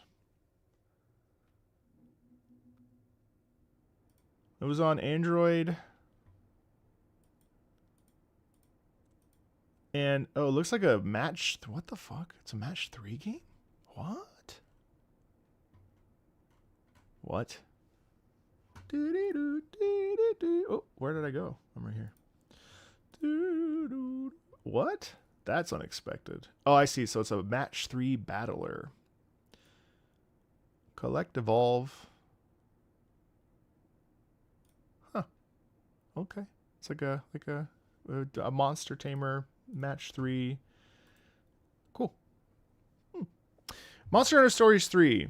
I wish I liked this game more. This game ended up being kind of low on my list, to be honest. It wasn't. Unfortunately, I don't know if it's because I was like maybe going too fast or trying to beat it in a quick way. I think that's probably part of it. But also, it just highlights the fact that I really don't care for Monster Tamer games, and I think that was also a big reason for it. Will I ever play Deltarune? Yes. Yes, I will. I ended up just watching the cutscenes and calling it a day. Because I was like close to the end, but I was like 20 levels too low. I just didn't feel like leveling up or grinding or like doing all that. I don't know. Plus I get a little bit of like frankly, the part of my issue with Persona is also this as well. Persona, Pokemon, Monster Hunter Stories, the like rock, paper, scissors, even Fire Emblem to a degree. I mean, this is fine, but like, I just end up spamming one attack, you know? I don't know. I get a little bit bored with the like, they're weak to this, so just use that every time. I mean, in my mind, that's, you know, but the music was pretty good. I wasn't crazy about it, but the music was pretty good, especially the main theme. My goodness. There was one scene at the end of the first act that I was like, whoa. But anyway, so this is Battlebound Monster Twisted Shadows. I remember that.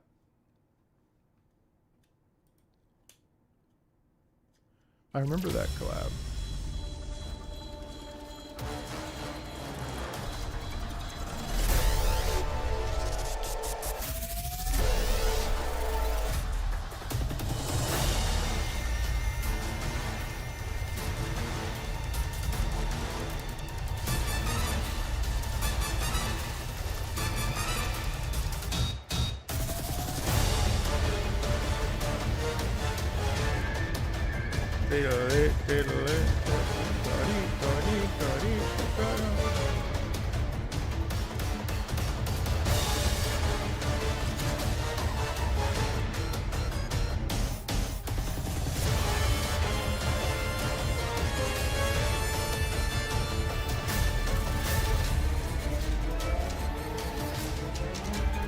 Final boss is cool.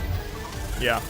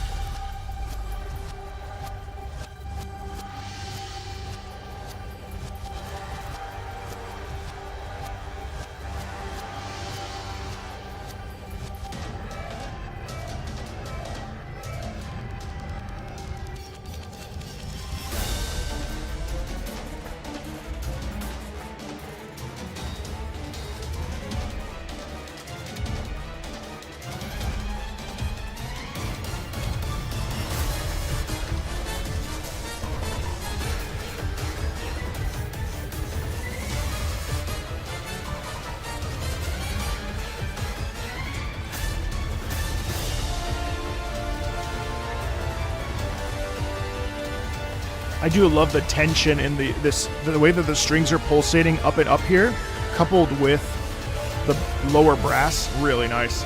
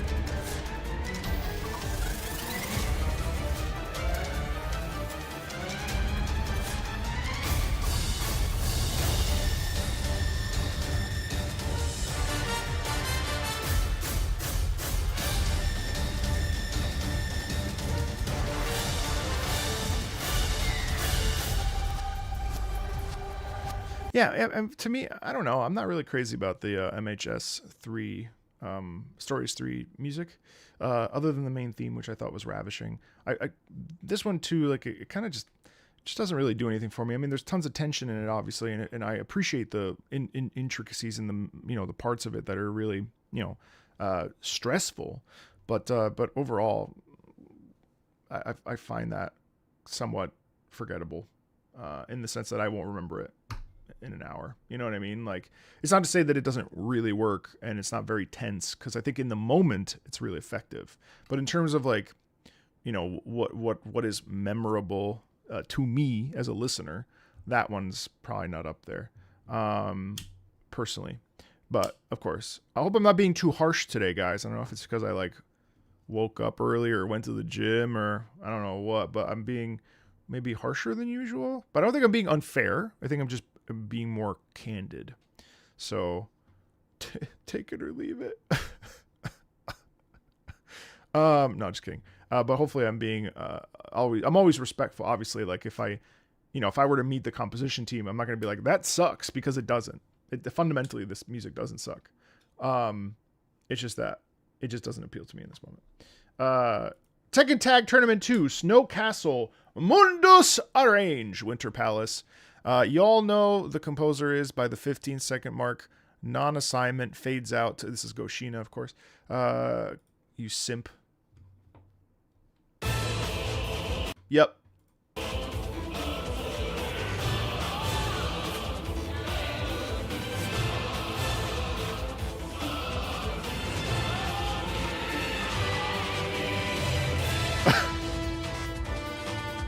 Absolutely adore. This is interesting. So this is provided by Nextone. Let's see what happens with this. Although this is Sega, and I'm on the whitelist, apparently. Oh my God, I forgot to tell you guys my news. Did I tell you what? No, some of you may have heard it yesterday. So I may be getting a copyright strike here today or this week because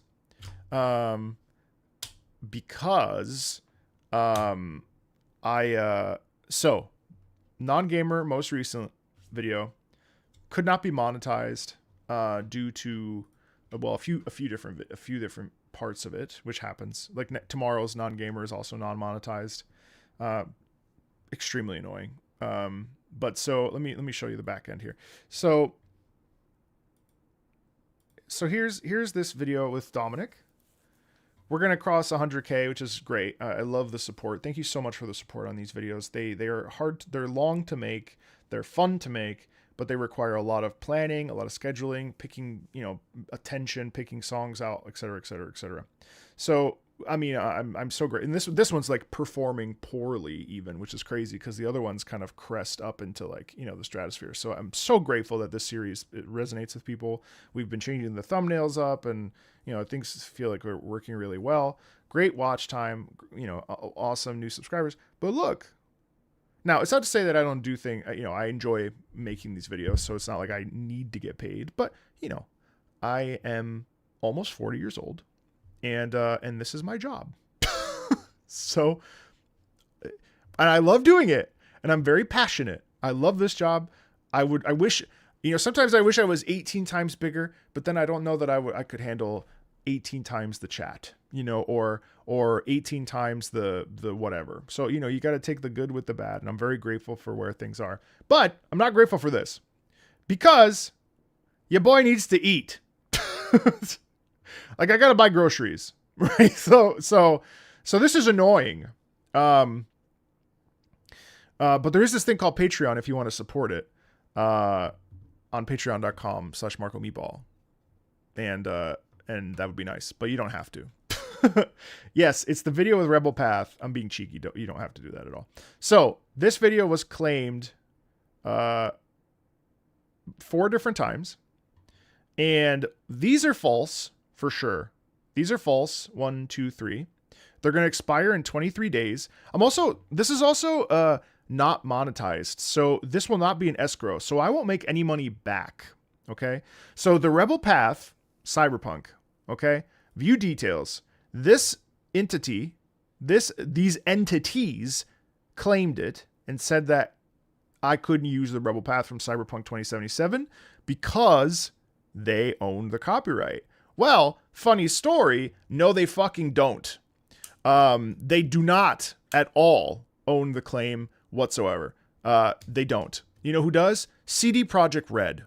Okay. Now, sometimes, like Nextone Japan deals with the copyright stuff for Square, for Sega, so yes, sometimes yes, but I've noticed, I'm almost 5 years into this.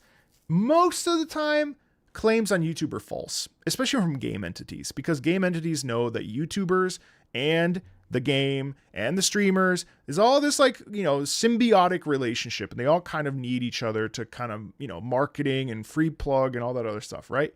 So I reach out. Thank you so much to everyone who may have don't look at that. Who I'm making a post. Who may have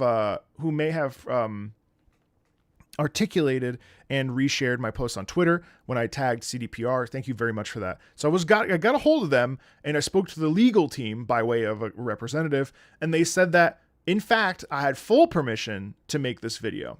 So this claim, and this rarely happens, this claim was rejected by another entity that is not even a part of this entity. And they said, you can't, this is the claim is legitimate. You're not allowed to make money off of this. And so I appealed. I almost never appeal claims because you get a strike. I appealed this. And what that means, and this is why YouTube sucks. And I love working on this platform. It's perfectly fine. I don't usually complain about YouTube very much, but YouTube is protecting a false claimant over me, the YouTuber who got permission essentially to make this video, because this entity that is not the claimant owner, that is not the copyright owner, will give me a strike. Potentially. Now, I've asked permission, and I've gotten a written notice from CDPR that says, hey, you have to cancel this dispute. This is a legitimate use of this product, and they're allowed to do it. So now I'm waiting to see what they do. Do they release the claim, or do they give me a copyright strike? Now, that is technically, because they are not the copyright owner, I'm pretty sure that's illegal, and I need to look up the legal proceedings of that. So if that happens, I will then escalate this to YouTube itself, because that's not appropriate. I'm very much in favor of the law when it comes to copyright. I understand it. I respect it, and I get it. But I'll tell you what I'm not okay with is this fuckery. This pisses me off so much, because it's not even about the fact that I have a 100,000 view video that I literally have made zero money on. Like, fine. Okay? Like, that sucks. Every once in a while, it's a good reminder that I'm doing this because I love it. It's not about the money. And I think that that's fair. Like, this, you know what? This is like a gift. I'm okay with that. But if this is every video, because let's go to tomorrow's non-gamer. Look at this. Tomorrow's non-gamer also has 3 claims on it.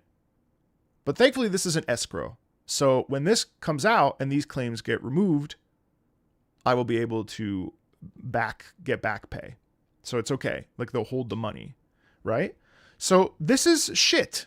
This is total shit. And it's really shitty that as the person whose livelihood is in jeopardy, I have nothing to do but beg this false claimant who does not own this to be like, please, I got permission. Please let it go.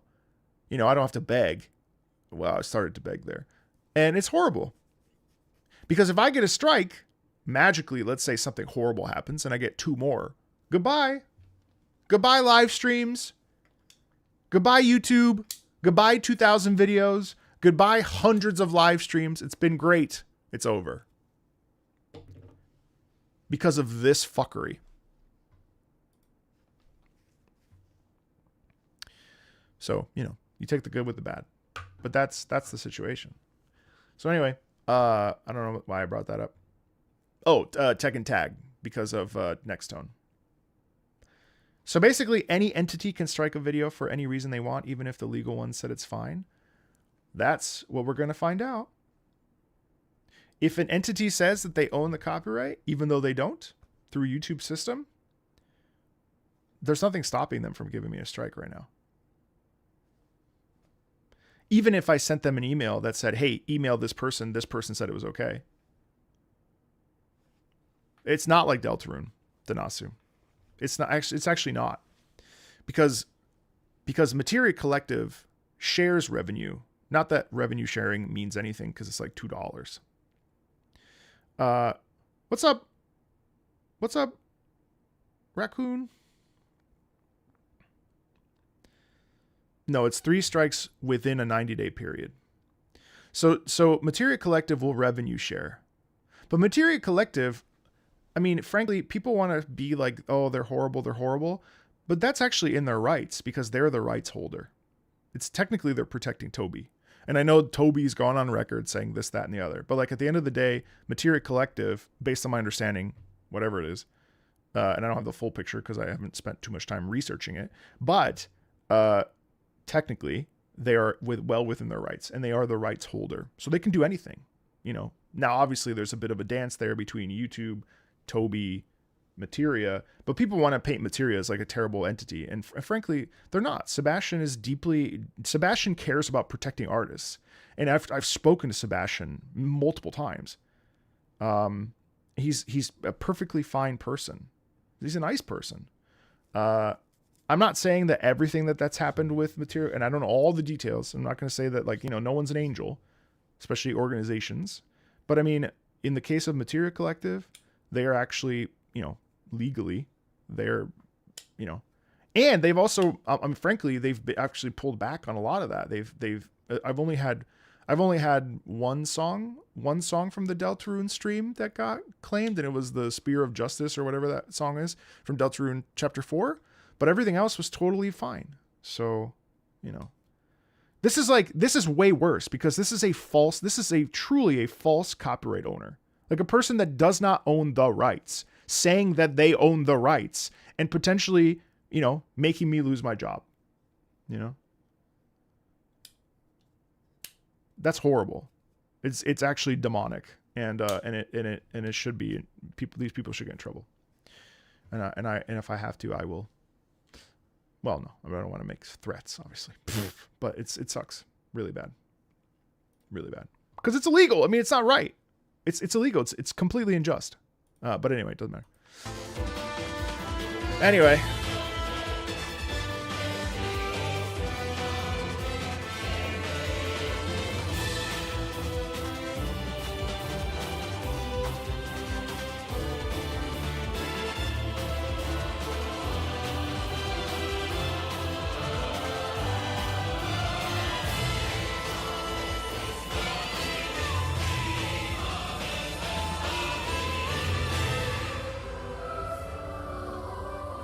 I don't know how he gets away with this.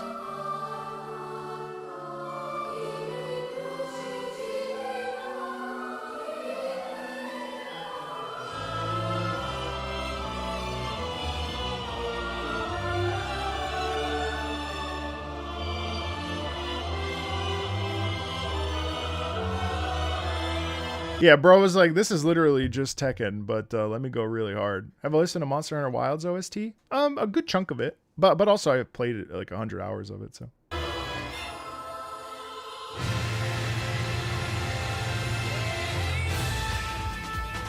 dude, what the fuck?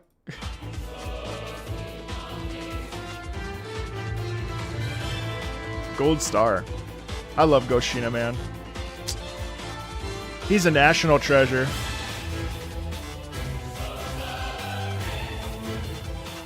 I probably should, Sankrit.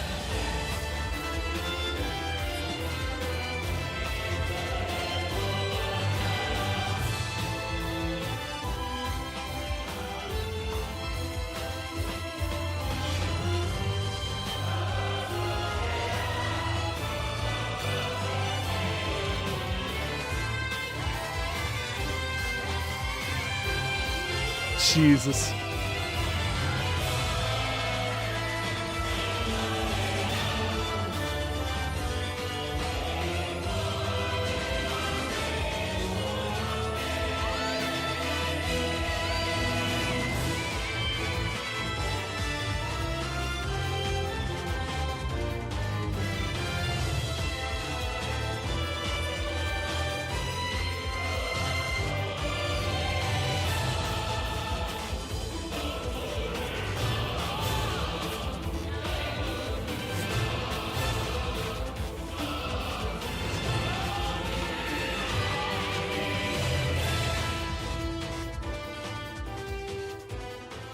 Man, that's crazy. I wish I had a beginning and an end because the beginning is so freaking good. Yeah, that's awesome. That's so good. All right, the riddle from Final Fantasy 16, the battle version of Odin's theme. Yes, I know this theme. I think by the time I hit Odin and Barnabas in this whole like corner, I think I was so done with this game that I was ready to move on. But I remember liking this. I don't think I didn't film a video on this one. And I didn't film a video on. Yeah, no, I didn't. The riddle.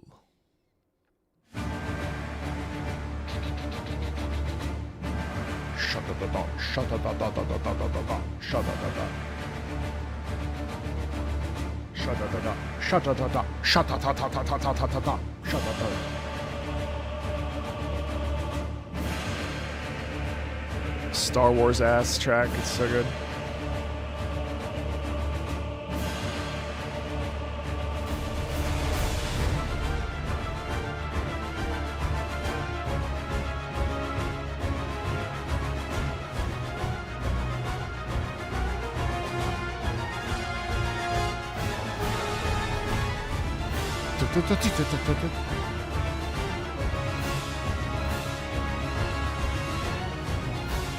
Actually, yeah, it's so great.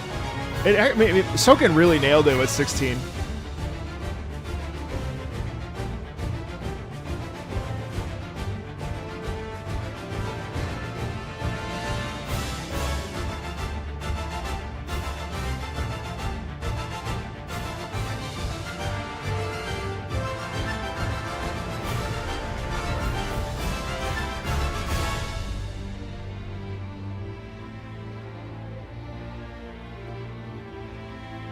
The thing is, Odin historically is probably one of the coolest Final Fantasy summons. Like I don't, I'm a bit of a Final Fantasy aficionado. I don't know if you know this about me, but I'm a little bit of a Final Fantasy, I'm a little bit of a Final Fantasy guy myself. And if we're gonna talk about summons in Final Fantasy, which happen to be my favorite part of Final Fantasy. I mean, come on now. Bahamut, all day. Zero Bahamut from Final Fantasy VII, all fucking day. Name Final Fantasy characters right now. Zell, Cypher, Squall, Zidane, Vivi, Tifa, Clive, Freya, Locke, Edgar, Sabin, Terra, Celis, Cyan, Warrior of Light, Odin. Yeah, I don't know why I started with 8. I don't even like 8. Quistis, Sid, Wegs and Bidge. Were you guys here at my stream the other day with Kingdom Hearts? I had an aneurysm. Wegs and Bidge. Biggs and Wedge. Sid. Anyway. La Habrea. Horsefant. What else? Come on, let's go. All day. No, I know the dominant. I wasn't crazy about Barnabas. Alexander. But if we're gonna get into it, Atomos. Come on now. All right. You know what? Let's open the door. Let's open the door. Atomos in Final Fantasy VIII. One of the coolest moments in Final Fantasy IX. Sorry, Final Fantasy IX is what I meant to say. Atomos in Final Fantasy IX. Come on, this cutscene is one of the greatest cutscenes ever. I was so obsessed with Final Fantasy as a kid, Final Fantasy IX, that I would record every single CG scene and I would watch them back. That's how much I love Final Fantasy. This is one of my favorite scenes. Look at this. Come on. This, at the time, this was crazy.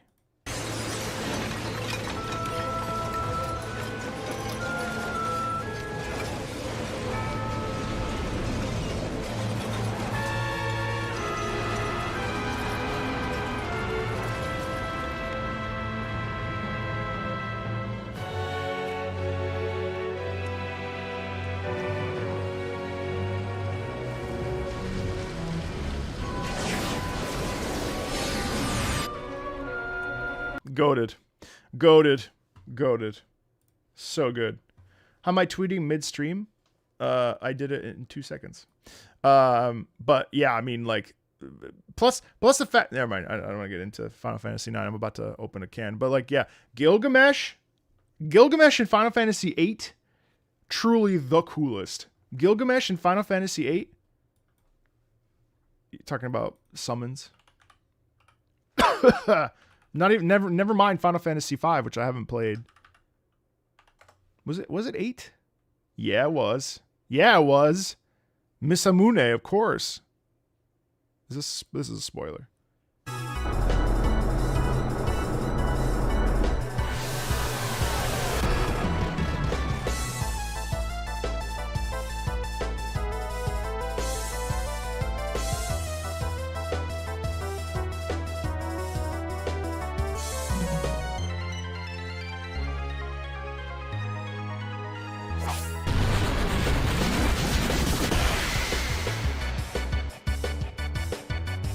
The Go.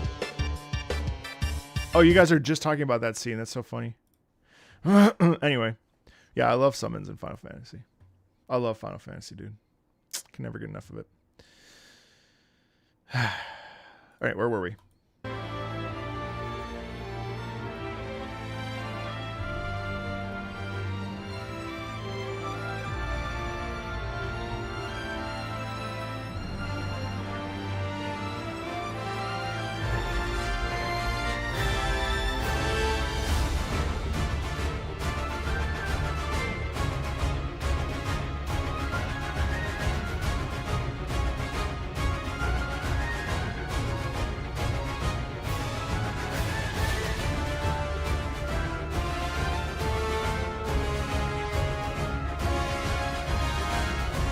Hey, Ronan.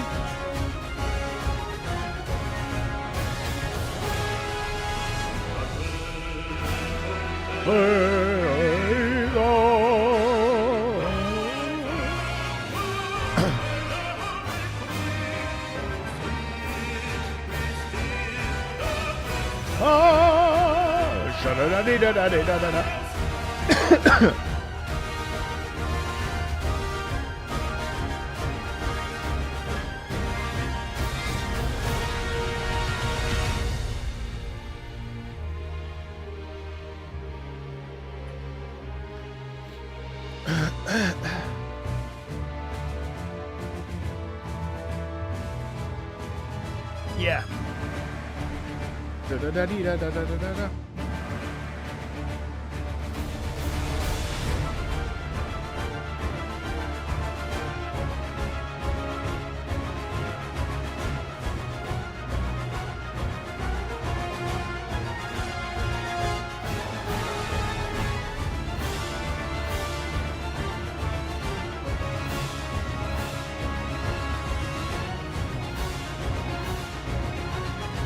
You know, I actually find it kind of interesting that it's like this kind of constant swirl of sound. These were really interesting to hear live. Ascension and Find the Flame. Find the Flame live was sick. Ascension was too long, and I needed a little bit of a buffer. It needed a little bit of a tightening, especially for a live performance. But it's amazing how Soken's music really, really, really translates super well to orchestra, and he really, I mean, Final Fantasy 16 I think was too much music, if I'm honest. I also felt that there were certain tracks that were just not very good. There was one track in particular where the horns were so bad.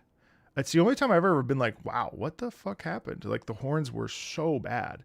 It was just one track, and I've not been able to find it ever since.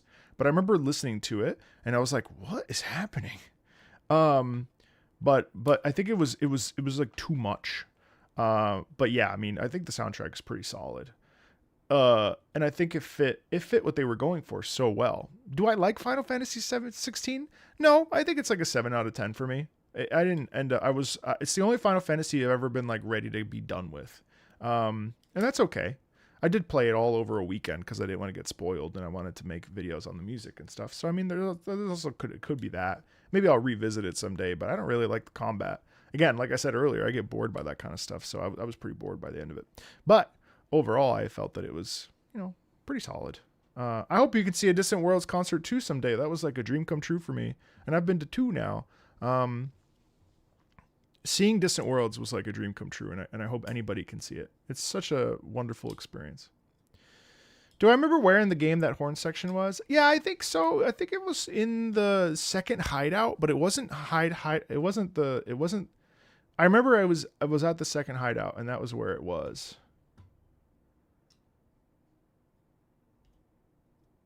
Yes, but also it basically felt like a Final Fantasy 14 dungeon, but over the course of 30 hours. I would say the first half of it was amazing, and then after that, it kind of fell off a cliff for me. I never really bothered revisiting it. I feel pretty strong about that.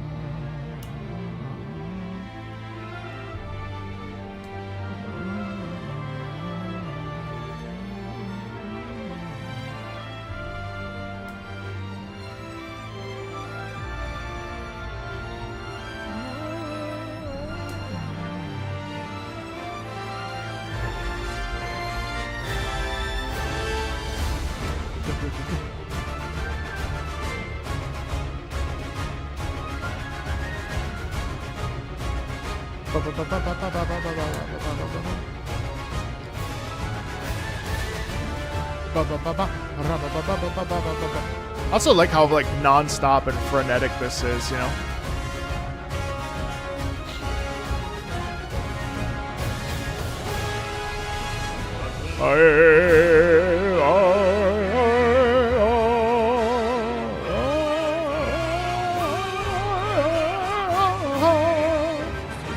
Yeah, I mean, it's cool. I do really enjoy so much of the Final Fantasy 16. You know what I was crazy about? People love the Titan music. I personally didn't. Like, I thought it was cool. It was like, paradigm shifting again, where we do things that are sort of against the beaten path, and like that whole sequence with Titan was fine. But I didn't lose my shit as much as I did for like Ascension. Ascension was like, my mouth was up on the floor for the entirety of the fight with Bahamut. The Bahamut fight is easily my most favorite moment. That and when he finds the flame, both of those sequences, and really the beginning is still, I think the thing that you play in the demo is still the best part of Final Fantasy 16. It's just incredible. Incredible. So good. All right, this is Hell Maiden, Hall of Judgment, from the team and composer of Little Goody Two Shoes. Ooh, I should really play this.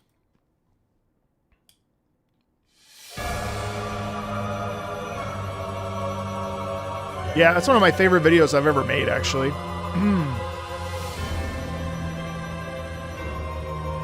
Oh, listen to that harpsichord, dude. That's awesome.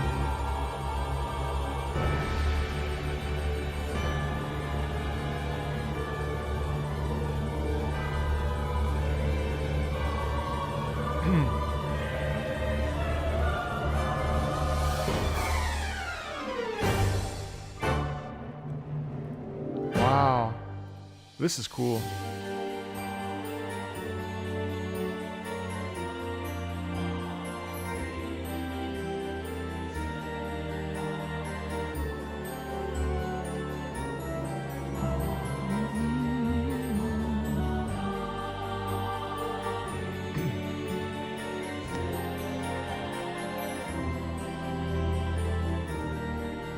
Yeah, Bahamut's like, yeah, I agree.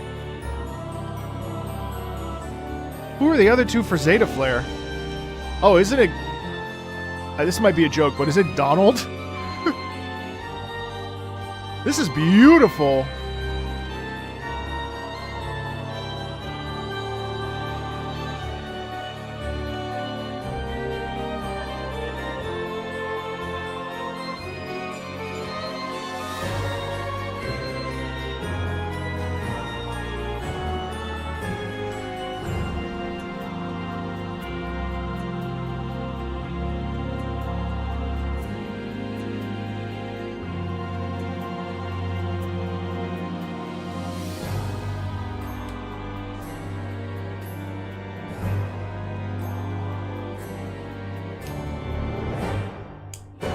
Jesus. Oh, I love this track. Holy fuck.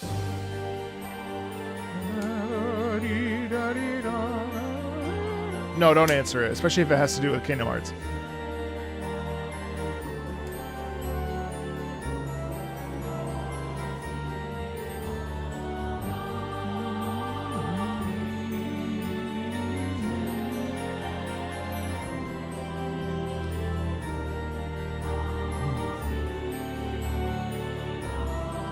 I wish my freaking thing was working so you guys could check this out. I don't know what's going on.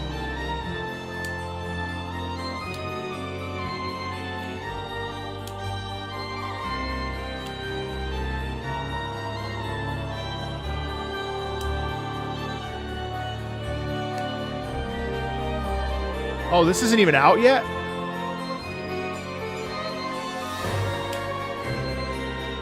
I really appreciate this because it really sounds like it's trying to emulate classical, but then also deviate from itself a little bit. You know what I mean? It's like it's just a constant evolution of it. Could I give you 100? Yes, you would have to wait till next. We have an order. So if you wanted to become a patron right now, we would put you in the order. But it wouldn't necessarily be today. No, it would probably be if anything. It would be on Friday the 17th. At looking at the schedule. That is so kindly made by the wonderful moderator, Deersley. Thank you, Deersley, for this incredible. Look, ready? I'm gonna give you a quick tease. Ready? Look. Whoop, whoop, look at that beautiful schedule. Anyway, really, really so well done. So grateful for my mod team.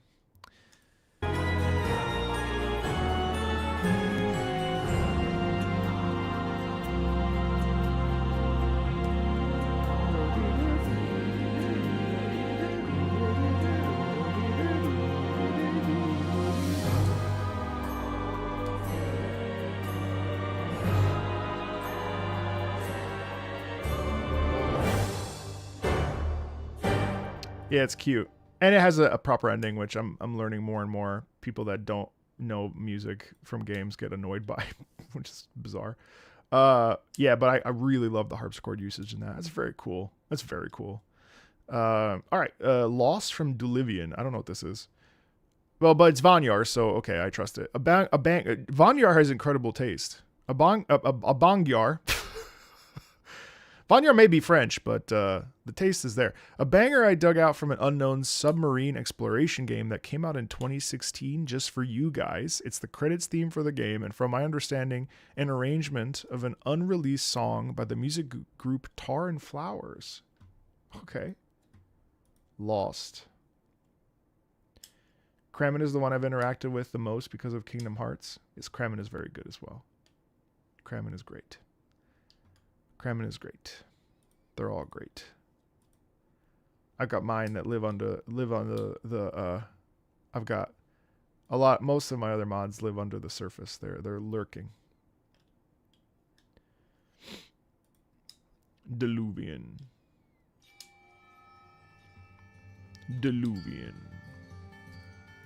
Another credits team. So interesting.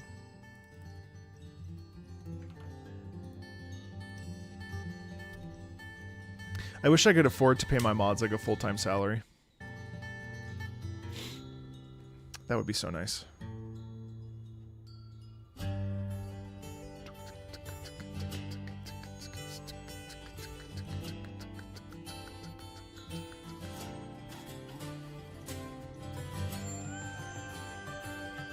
Just get bigger. Yeah, I know. I'd love that. I mean, we're still early days. It's only been 4.5 years. Wasn't it Max Dude that just had his like biggest year ever? That's after like 15 years. It's insane.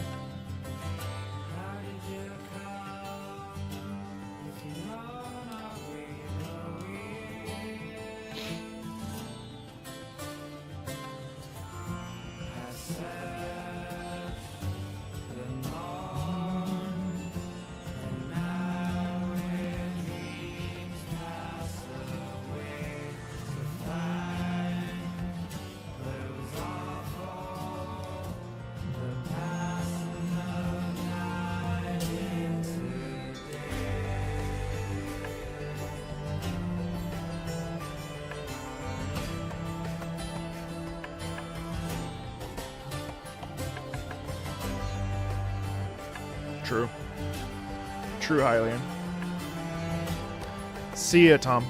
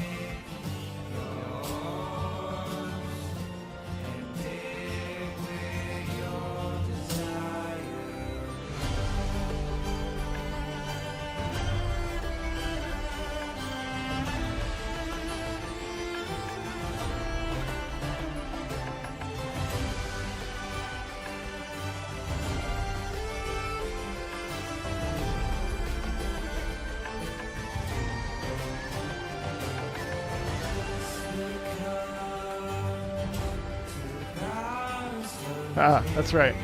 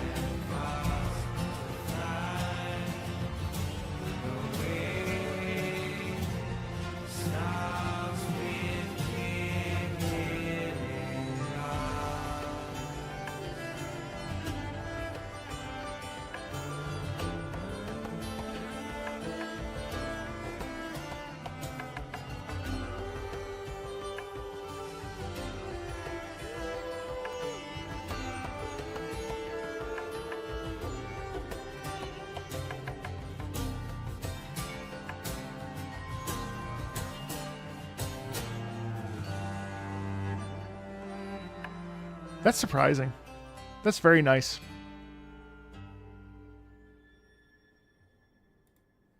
That's very nice. I like that a lot. That's very chill. That's something you put on while working. You put it on while you're like contemplating your entire existence. I really like that. That's very peaceful. That's very chill. That's very nice. Yes. I know, very deep commentary, but sometimes you just like, I was just sitting here vibing. I really enjoyed that so much. Thank you, Vanyar, as always. Hyrule Castle. I really like the indie folk thing. I think that's really what caught me off guard about it. So my favorite... Oh, God, that felt good. My favorite game... No. My favorite my favorite art... Hello. Sorry, my favorite artist's... favorite band for real... What's happening? Holy shit.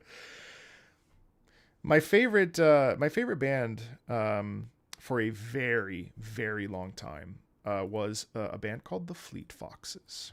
And I don't know if you guys know the Fleet Foxes, but they are awesome. And that sound was very familiar I would just put it on over and over and over and over and over on my drives. I love the Fleet Foxes. Highly recommend it if you liked that particular sound. The Legend of Zelda Tears of the Kingdom, Hyrule Castle, loops at 423. The castle is completely overtaken by evil, so its threatening theme throughout. At 213, the music changes as monsters appear, and at 306, it changes again as Zelda appears, who is not as she seems. I wish I could get into this. I don't think I'll ever play it.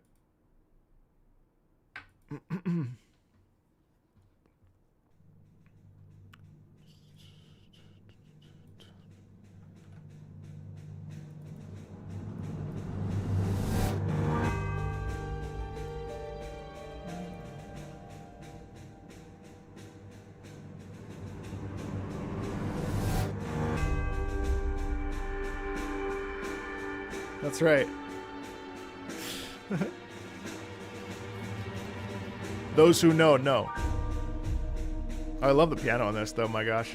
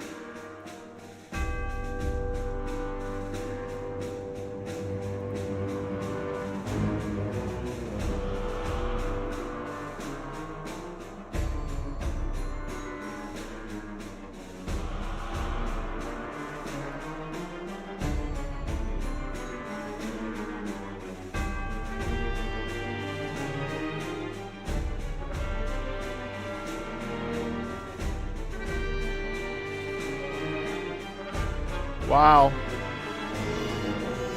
So it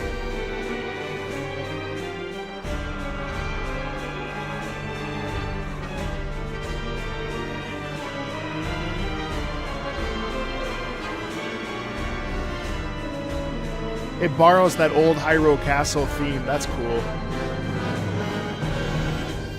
Wow.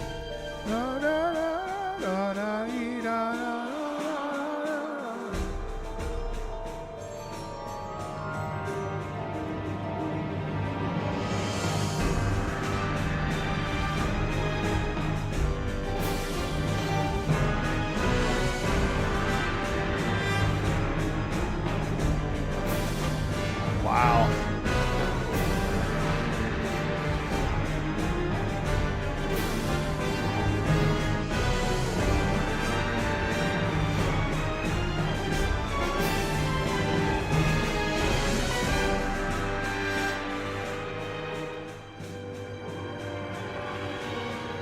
It's actually so cool to circle back to this, hearing it now after hearing like other Hyrule castles, and it's so cool. It's so mature, you know. There's such like a body to it.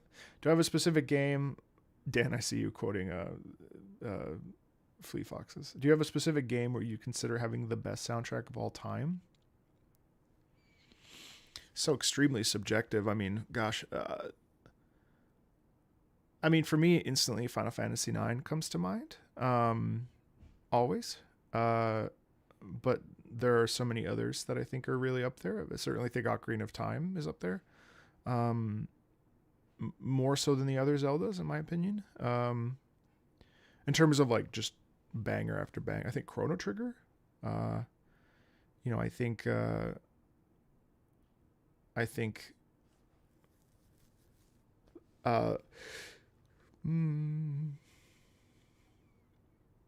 think Ace Combat 5. I think Xenoblade Chronicles. I think gosh, I mean, it's an impossible question to answer because there's so many. Do you think there have been any games that were actually held back from a subpar soundtrack? None come to mind, but it's because I mean, I don't know. I don't know that a soundtrack has directly impacted a game.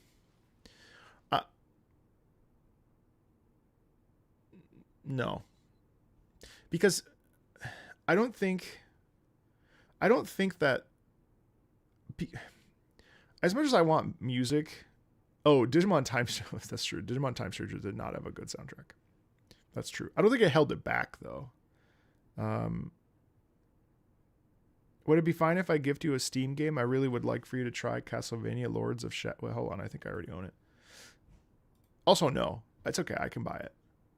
Plus it's on sale, isn't it? Castlevania Lord of Shadow.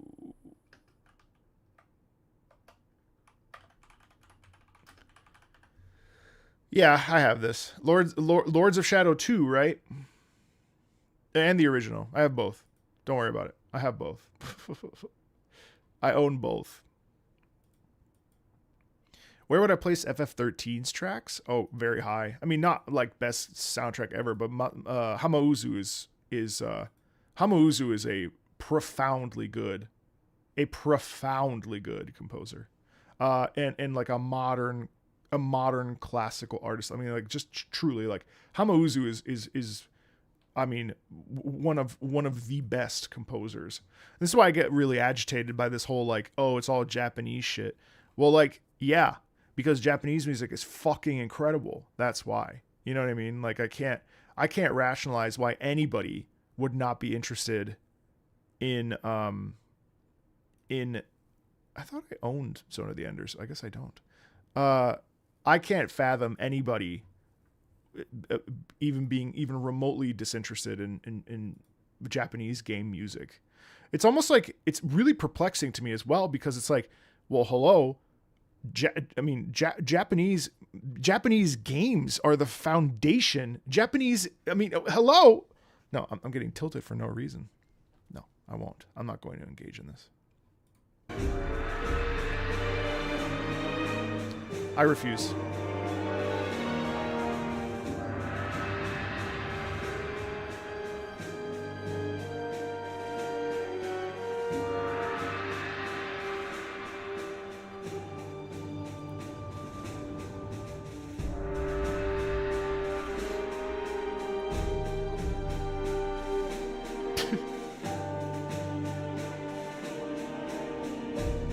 You're enjoying Ace Combat. Well, I'm sorry, Hylian. You know this happens sometimes. You're enjoying Ace Combat? Hell yeah. That's what's up. That's a high five. That's what's up. Ace Combat 7. Do I collect vinyl? No, I already collect magic cards. I'm good. Yo, you listen to song. Will you please listen to mine? No. Want to hear peak song? I can't right now. Sorry, otherwise I would. Well, no, I wouldn't. No. No. Not today. Maybe no. Thank you though. Okay, bro. You too, bro. Ace Combat 7 is amazing. Wait, is it on sale? I've been trying to wait. We do songs on Wednesdays. Oh, it's $9 right now. 85% off. Is this when I gift these? Hold on. Hold on.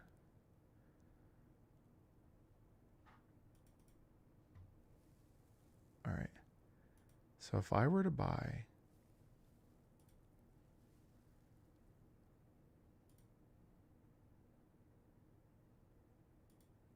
Thank you. I'm glad you like the hat.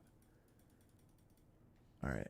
All right. I think I'm going to do it. All right. I'm going to do my giveaway of 10 Ace Combat 7 keys. All right. Hold on. I can only buy 5 at a time, though. What's up, Mo?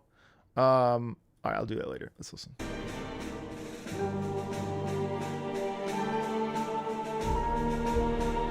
I don't know. I don't do X. You have to join the Discord. Exclamation point Discord. Oh my god, Zelda's Lullaby.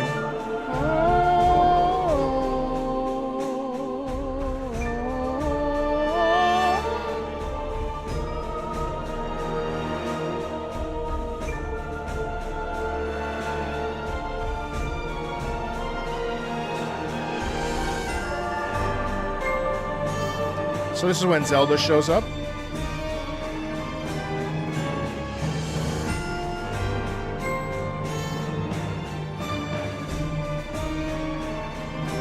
Tosca tier.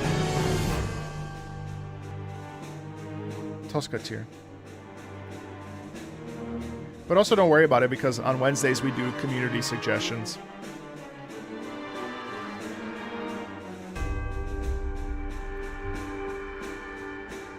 Wow. I will say that's pretty interesting. What do you mean Zelda is the threat? Well, now I want to play it. How much do you have to build? I mean, maybe I would love the building. No, I'm playing Final Fantasy VI right now. I can't. That's really beautiful. I love that it doesn't lose the Hyrule Castle that we hear throughout the game's history. You know? Really interesting. Like it maintains that sense of stress that we get throughout all of it.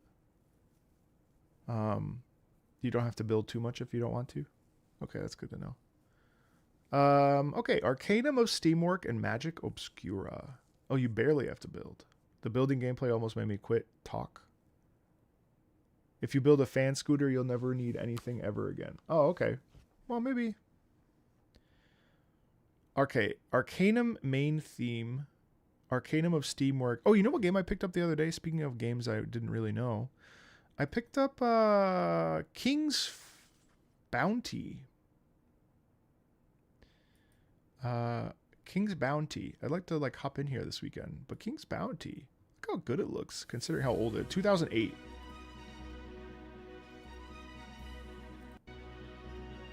I think this art style is so immortal. Like this looks so interesting to me.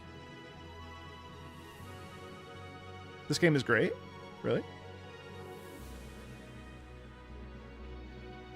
It looks so charming. It's got some like Heroes of Might and Magic vibes, but not at the same time. The sequels, but which one's the sequel? I bought all of them because they were like $5. Yeah, very Warcraft 3, 100%. For shame, I've never played Warcraft 3. I mean, I have, but like I've never fully. I probably should. I love Arthas. I probably should play Warcraft 3.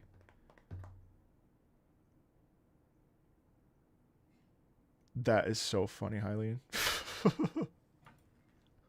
That's crazy. Oh. Okay. I should. It's so good. Well, I'm sure it holds up really well. Heard King's Bounty, woke up like a sleeper. Well, doesn't Warcraft 3 tell the story of Arthas? Arcanum. Somber theme that really captures the atmosphere of the game world. The game takes place just as the era of magic is ending and technology is taking over, with many once great kingdoms being shadows of their former selves. Ooh. Oh, it's Arthas' story. Ooh. Maybe I should play it. That sounds good. I read the Arthas book, and I found the Arthas book so intriguing. I read that thing from start to finish in probably like a week. which isn't very fast, but was I was very, very, very like in it. What about the Reforged though? For Warcraft 1 and 2. If you ever get frustrated at level, there's a cheat code you can type to finish the level. Realm of the Mad God? No, I've never heard of that. All right, let's check out Arcanum.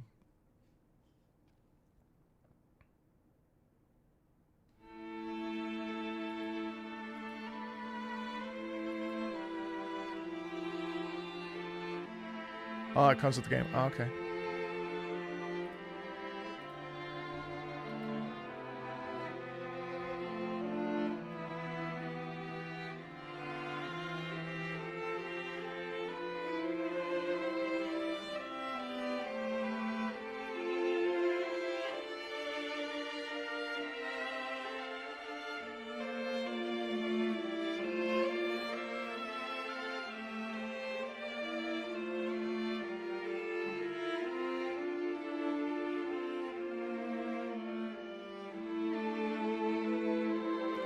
It didn't used to.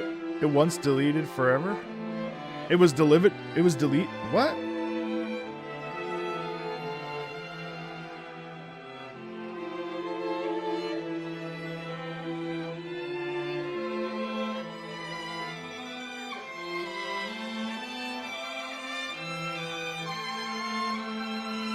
They just shouldn't be allowed to do stuff like that. It just sucks. They just should not be allowed to do that. This is beautiful.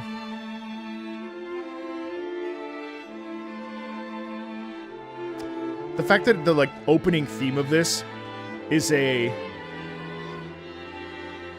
string quartet, very sublime. You know, it's you can hear also like the broken world. Oh, sorry, Arcanum main theme. My bad.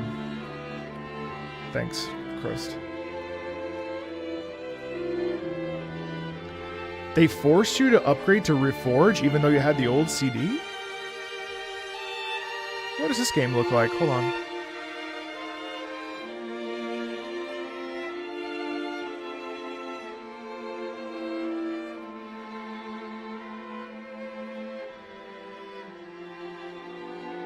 Sucks. Hi, Patrick.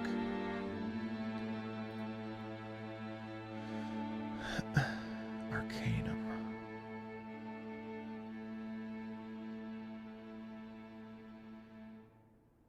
Wow. That's really something. Like, I mean, I didn't even know this game existed. Let me look at this really quick. Activision. That's funny.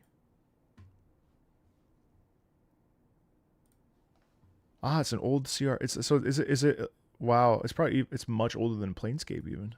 Planescape Torment, which I'm sure you love if you love this. Same devs as Fallout 1 and 2. Holy. There's something about this. This reminds me so much. I'm getting flashbacks to like Neverwinter Nights and shit. Not the same. I don't think it's the same game, but that's cool. I don't think I could play it. Like, I don't think I have the like mental like patience. But this kind of like old school PC gaming, it's just the best. There's just something about it that's just so amazing. That's awesome. All right, give me 2 seconds. I'm gonna very quickly buy another 5 copies of Ace Combat 7 to give away. All right, let's do that. 1, 2, 3. $100 for 20 copies. I'd say that's pretty good. Boop. Boop. Yeah. This is my my sale contribution to every time there's a Steam sale, I go over to like loaded.com and I'll buy like I buy 10 copies of Ace Combat to give away. I don't do that for any other game. It's not like they pay me to do that. That's all me. Is that 5 copies? Yeah, I think so. Was it 10 copies? Yeah. All right. There's my contribution to the Ace Combat Fund.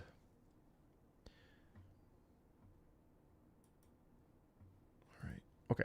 All right. Let's go back. If you want to enter for a chance to get Ace Combat 7, just join the Discord, and then I'll make an announcement after this.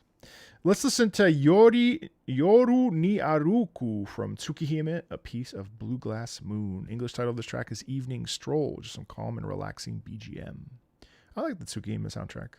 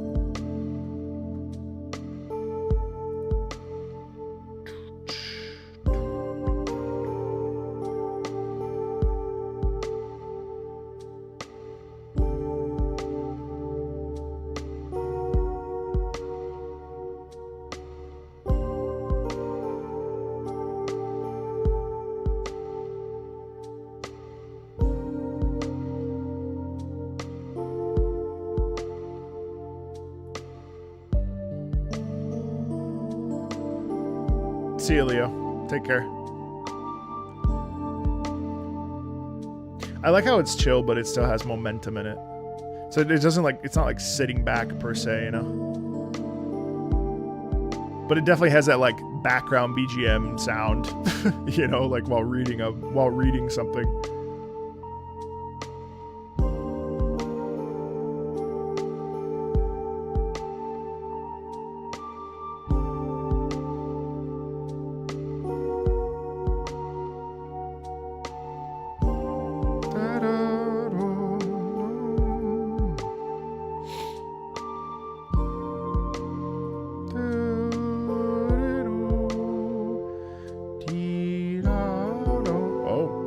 Pivoted, okay. All right.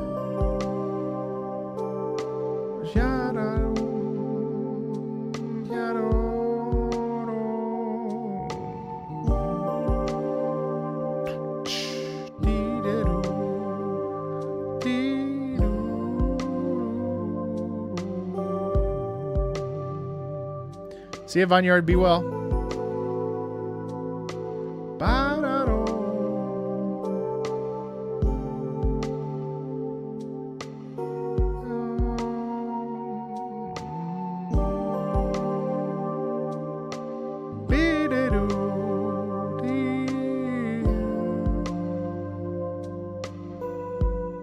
You can fall asleep to this easily.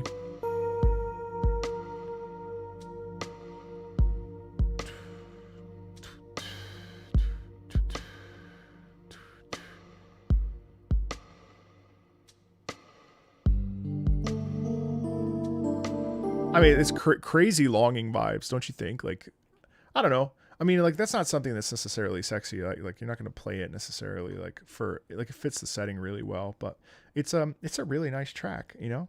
Oh, just nice. Mori Men's. Oh boy. Okay, so they actually were great and they just sponsored me for a track. So Mori Men's is a really interesting game. A very, very non-gotcha game in the sense that it's a very small team, basically an indie game. It's like a Slay the Spire meets like a roguelike deck builder. It's very dark. I really like it actually. And this is Ex Oblivion. This is a song, MB, that plays at the end of the first arc of Morrimans. Here I would like to talk about what kind of game it is, but you already know. Also, it's more Emmy Evans. Oh, Emmy Evans is also in this one. And if you didn't see my video on Morrimans, actually, Emmy Evans, they did a Saya no Uta collab, speaking of visual novels, which also, holy fuck, I read... I mean, there's gotcha stuff in it, but like it's pretty generous in terms of like how it handles currency. And so like you could play the game and you'll get enough to get characters and stuff. And it's like, you know, there's obviously there's like some of those gotcha things in it, but it's pretty benign as far as gotcha is concerned. And I actually kind of dig that it's a super small team. There's a lot of communication back and forth, sometimes for better, for worse, but you know, it's cool in that way. I really like the aesthetic of the game, and the music is like if you watch the video. So Saya no Uta, they just did a collab with that visual novel, and Emmy sings that. It was really good. So this is Ex Oblivion.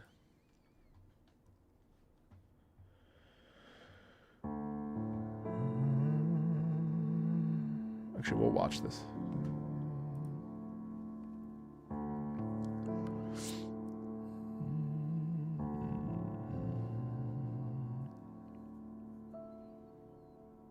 It's a gotcha game, not a gotcha game. Monster Hunter Tri main theme? Yeah. I think. I believe I have.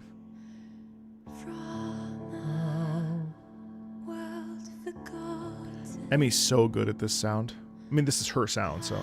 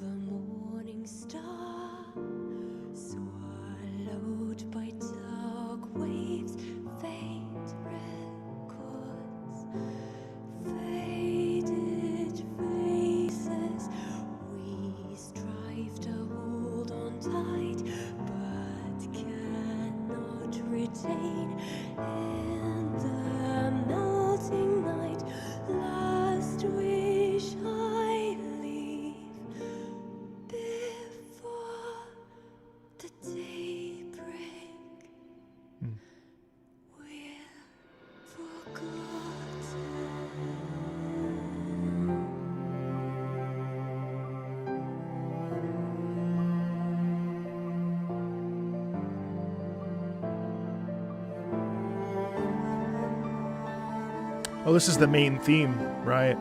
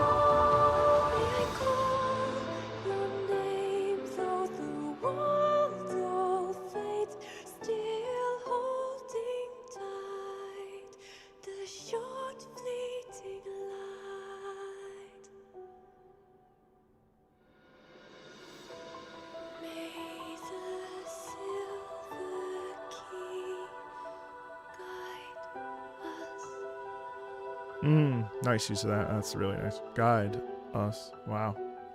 I love this piano lick so much.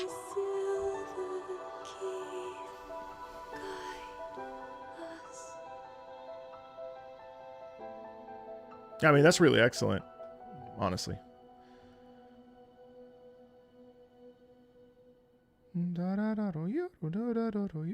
It's so beautiful. The music is really impressive in this game. I mean, they're all. I mean, no game has bad music, but again, like there's just something about this particular sound that I really like. It's very beautiful. All right, Wakfu or Doofus?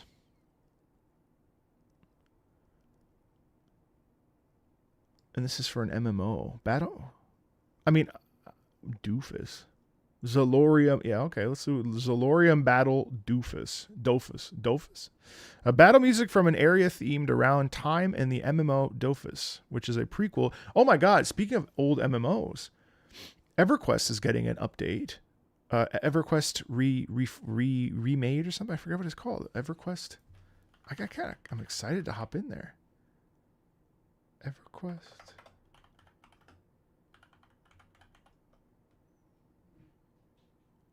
Hi, Kirby. 2 different stories, same world. It's from a French studio called Ankama. EverQuest Reimagined. That's what it is. I'm kind of excited, to be honest, because I never played EverQuest.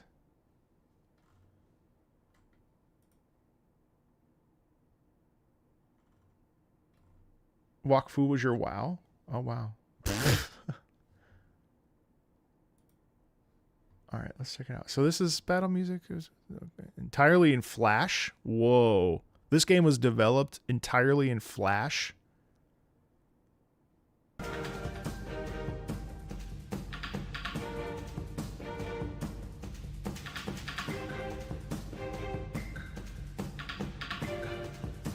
Wow.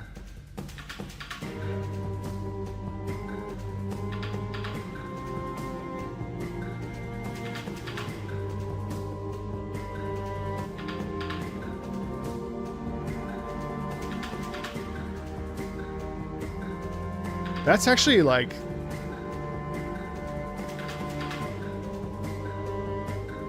super cool.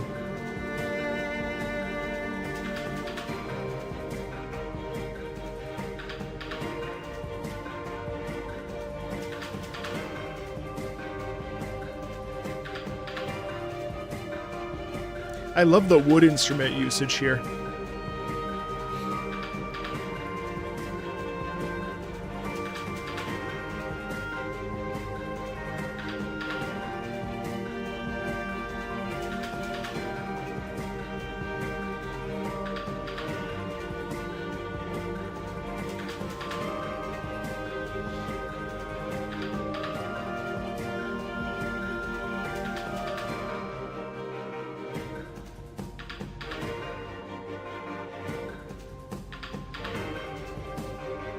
I also find it interesting. It derives this kind of brightness in its sound because of the.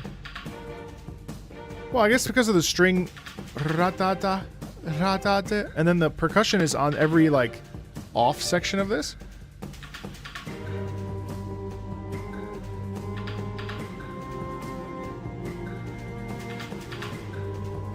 And then obviously that's melancholy and sadness.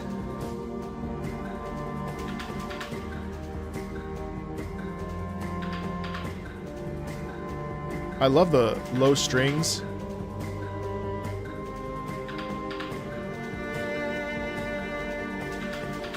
It's an interesting way to use percussion, I think, too.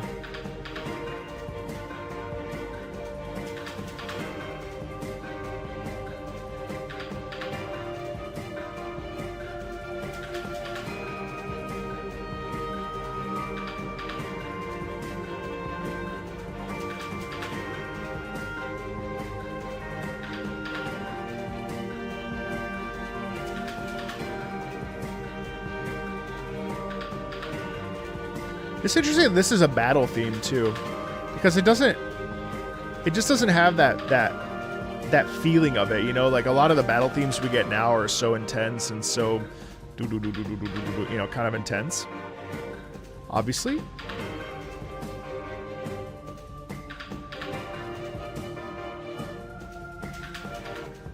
That's very interesting. Yeah, that's cool. Really kind of unexpected.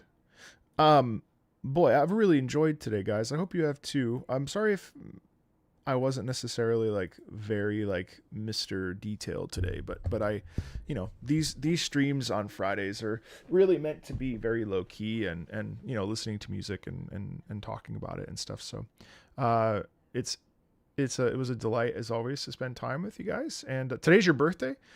Happy birthday to you. Happy birthday to you. Happy birthday, dear Kirby Subspace 08. Happy birthday to you.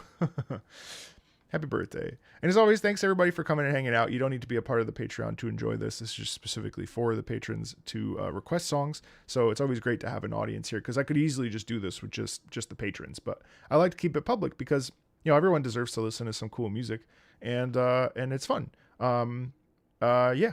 But that'll do it for us for today. Yeah, no, it's definitely for vibes. Monday we'll be back to Kingdom Hearts 2. Tuesday, Wednesday is filming stuff for me, and then we'll be back with more Kingdom Hearts. Well, actually, no, next week is crazy. I got to figure this out. We're getting into like the complex part of the summer, because Grand Blue Fantasy Relink comes out. The update DLC comes out next week, but I'm hoping to say Kingdom Hearts on Thursday, and then that's another week. You know, Friday will be another stream, and then that's it.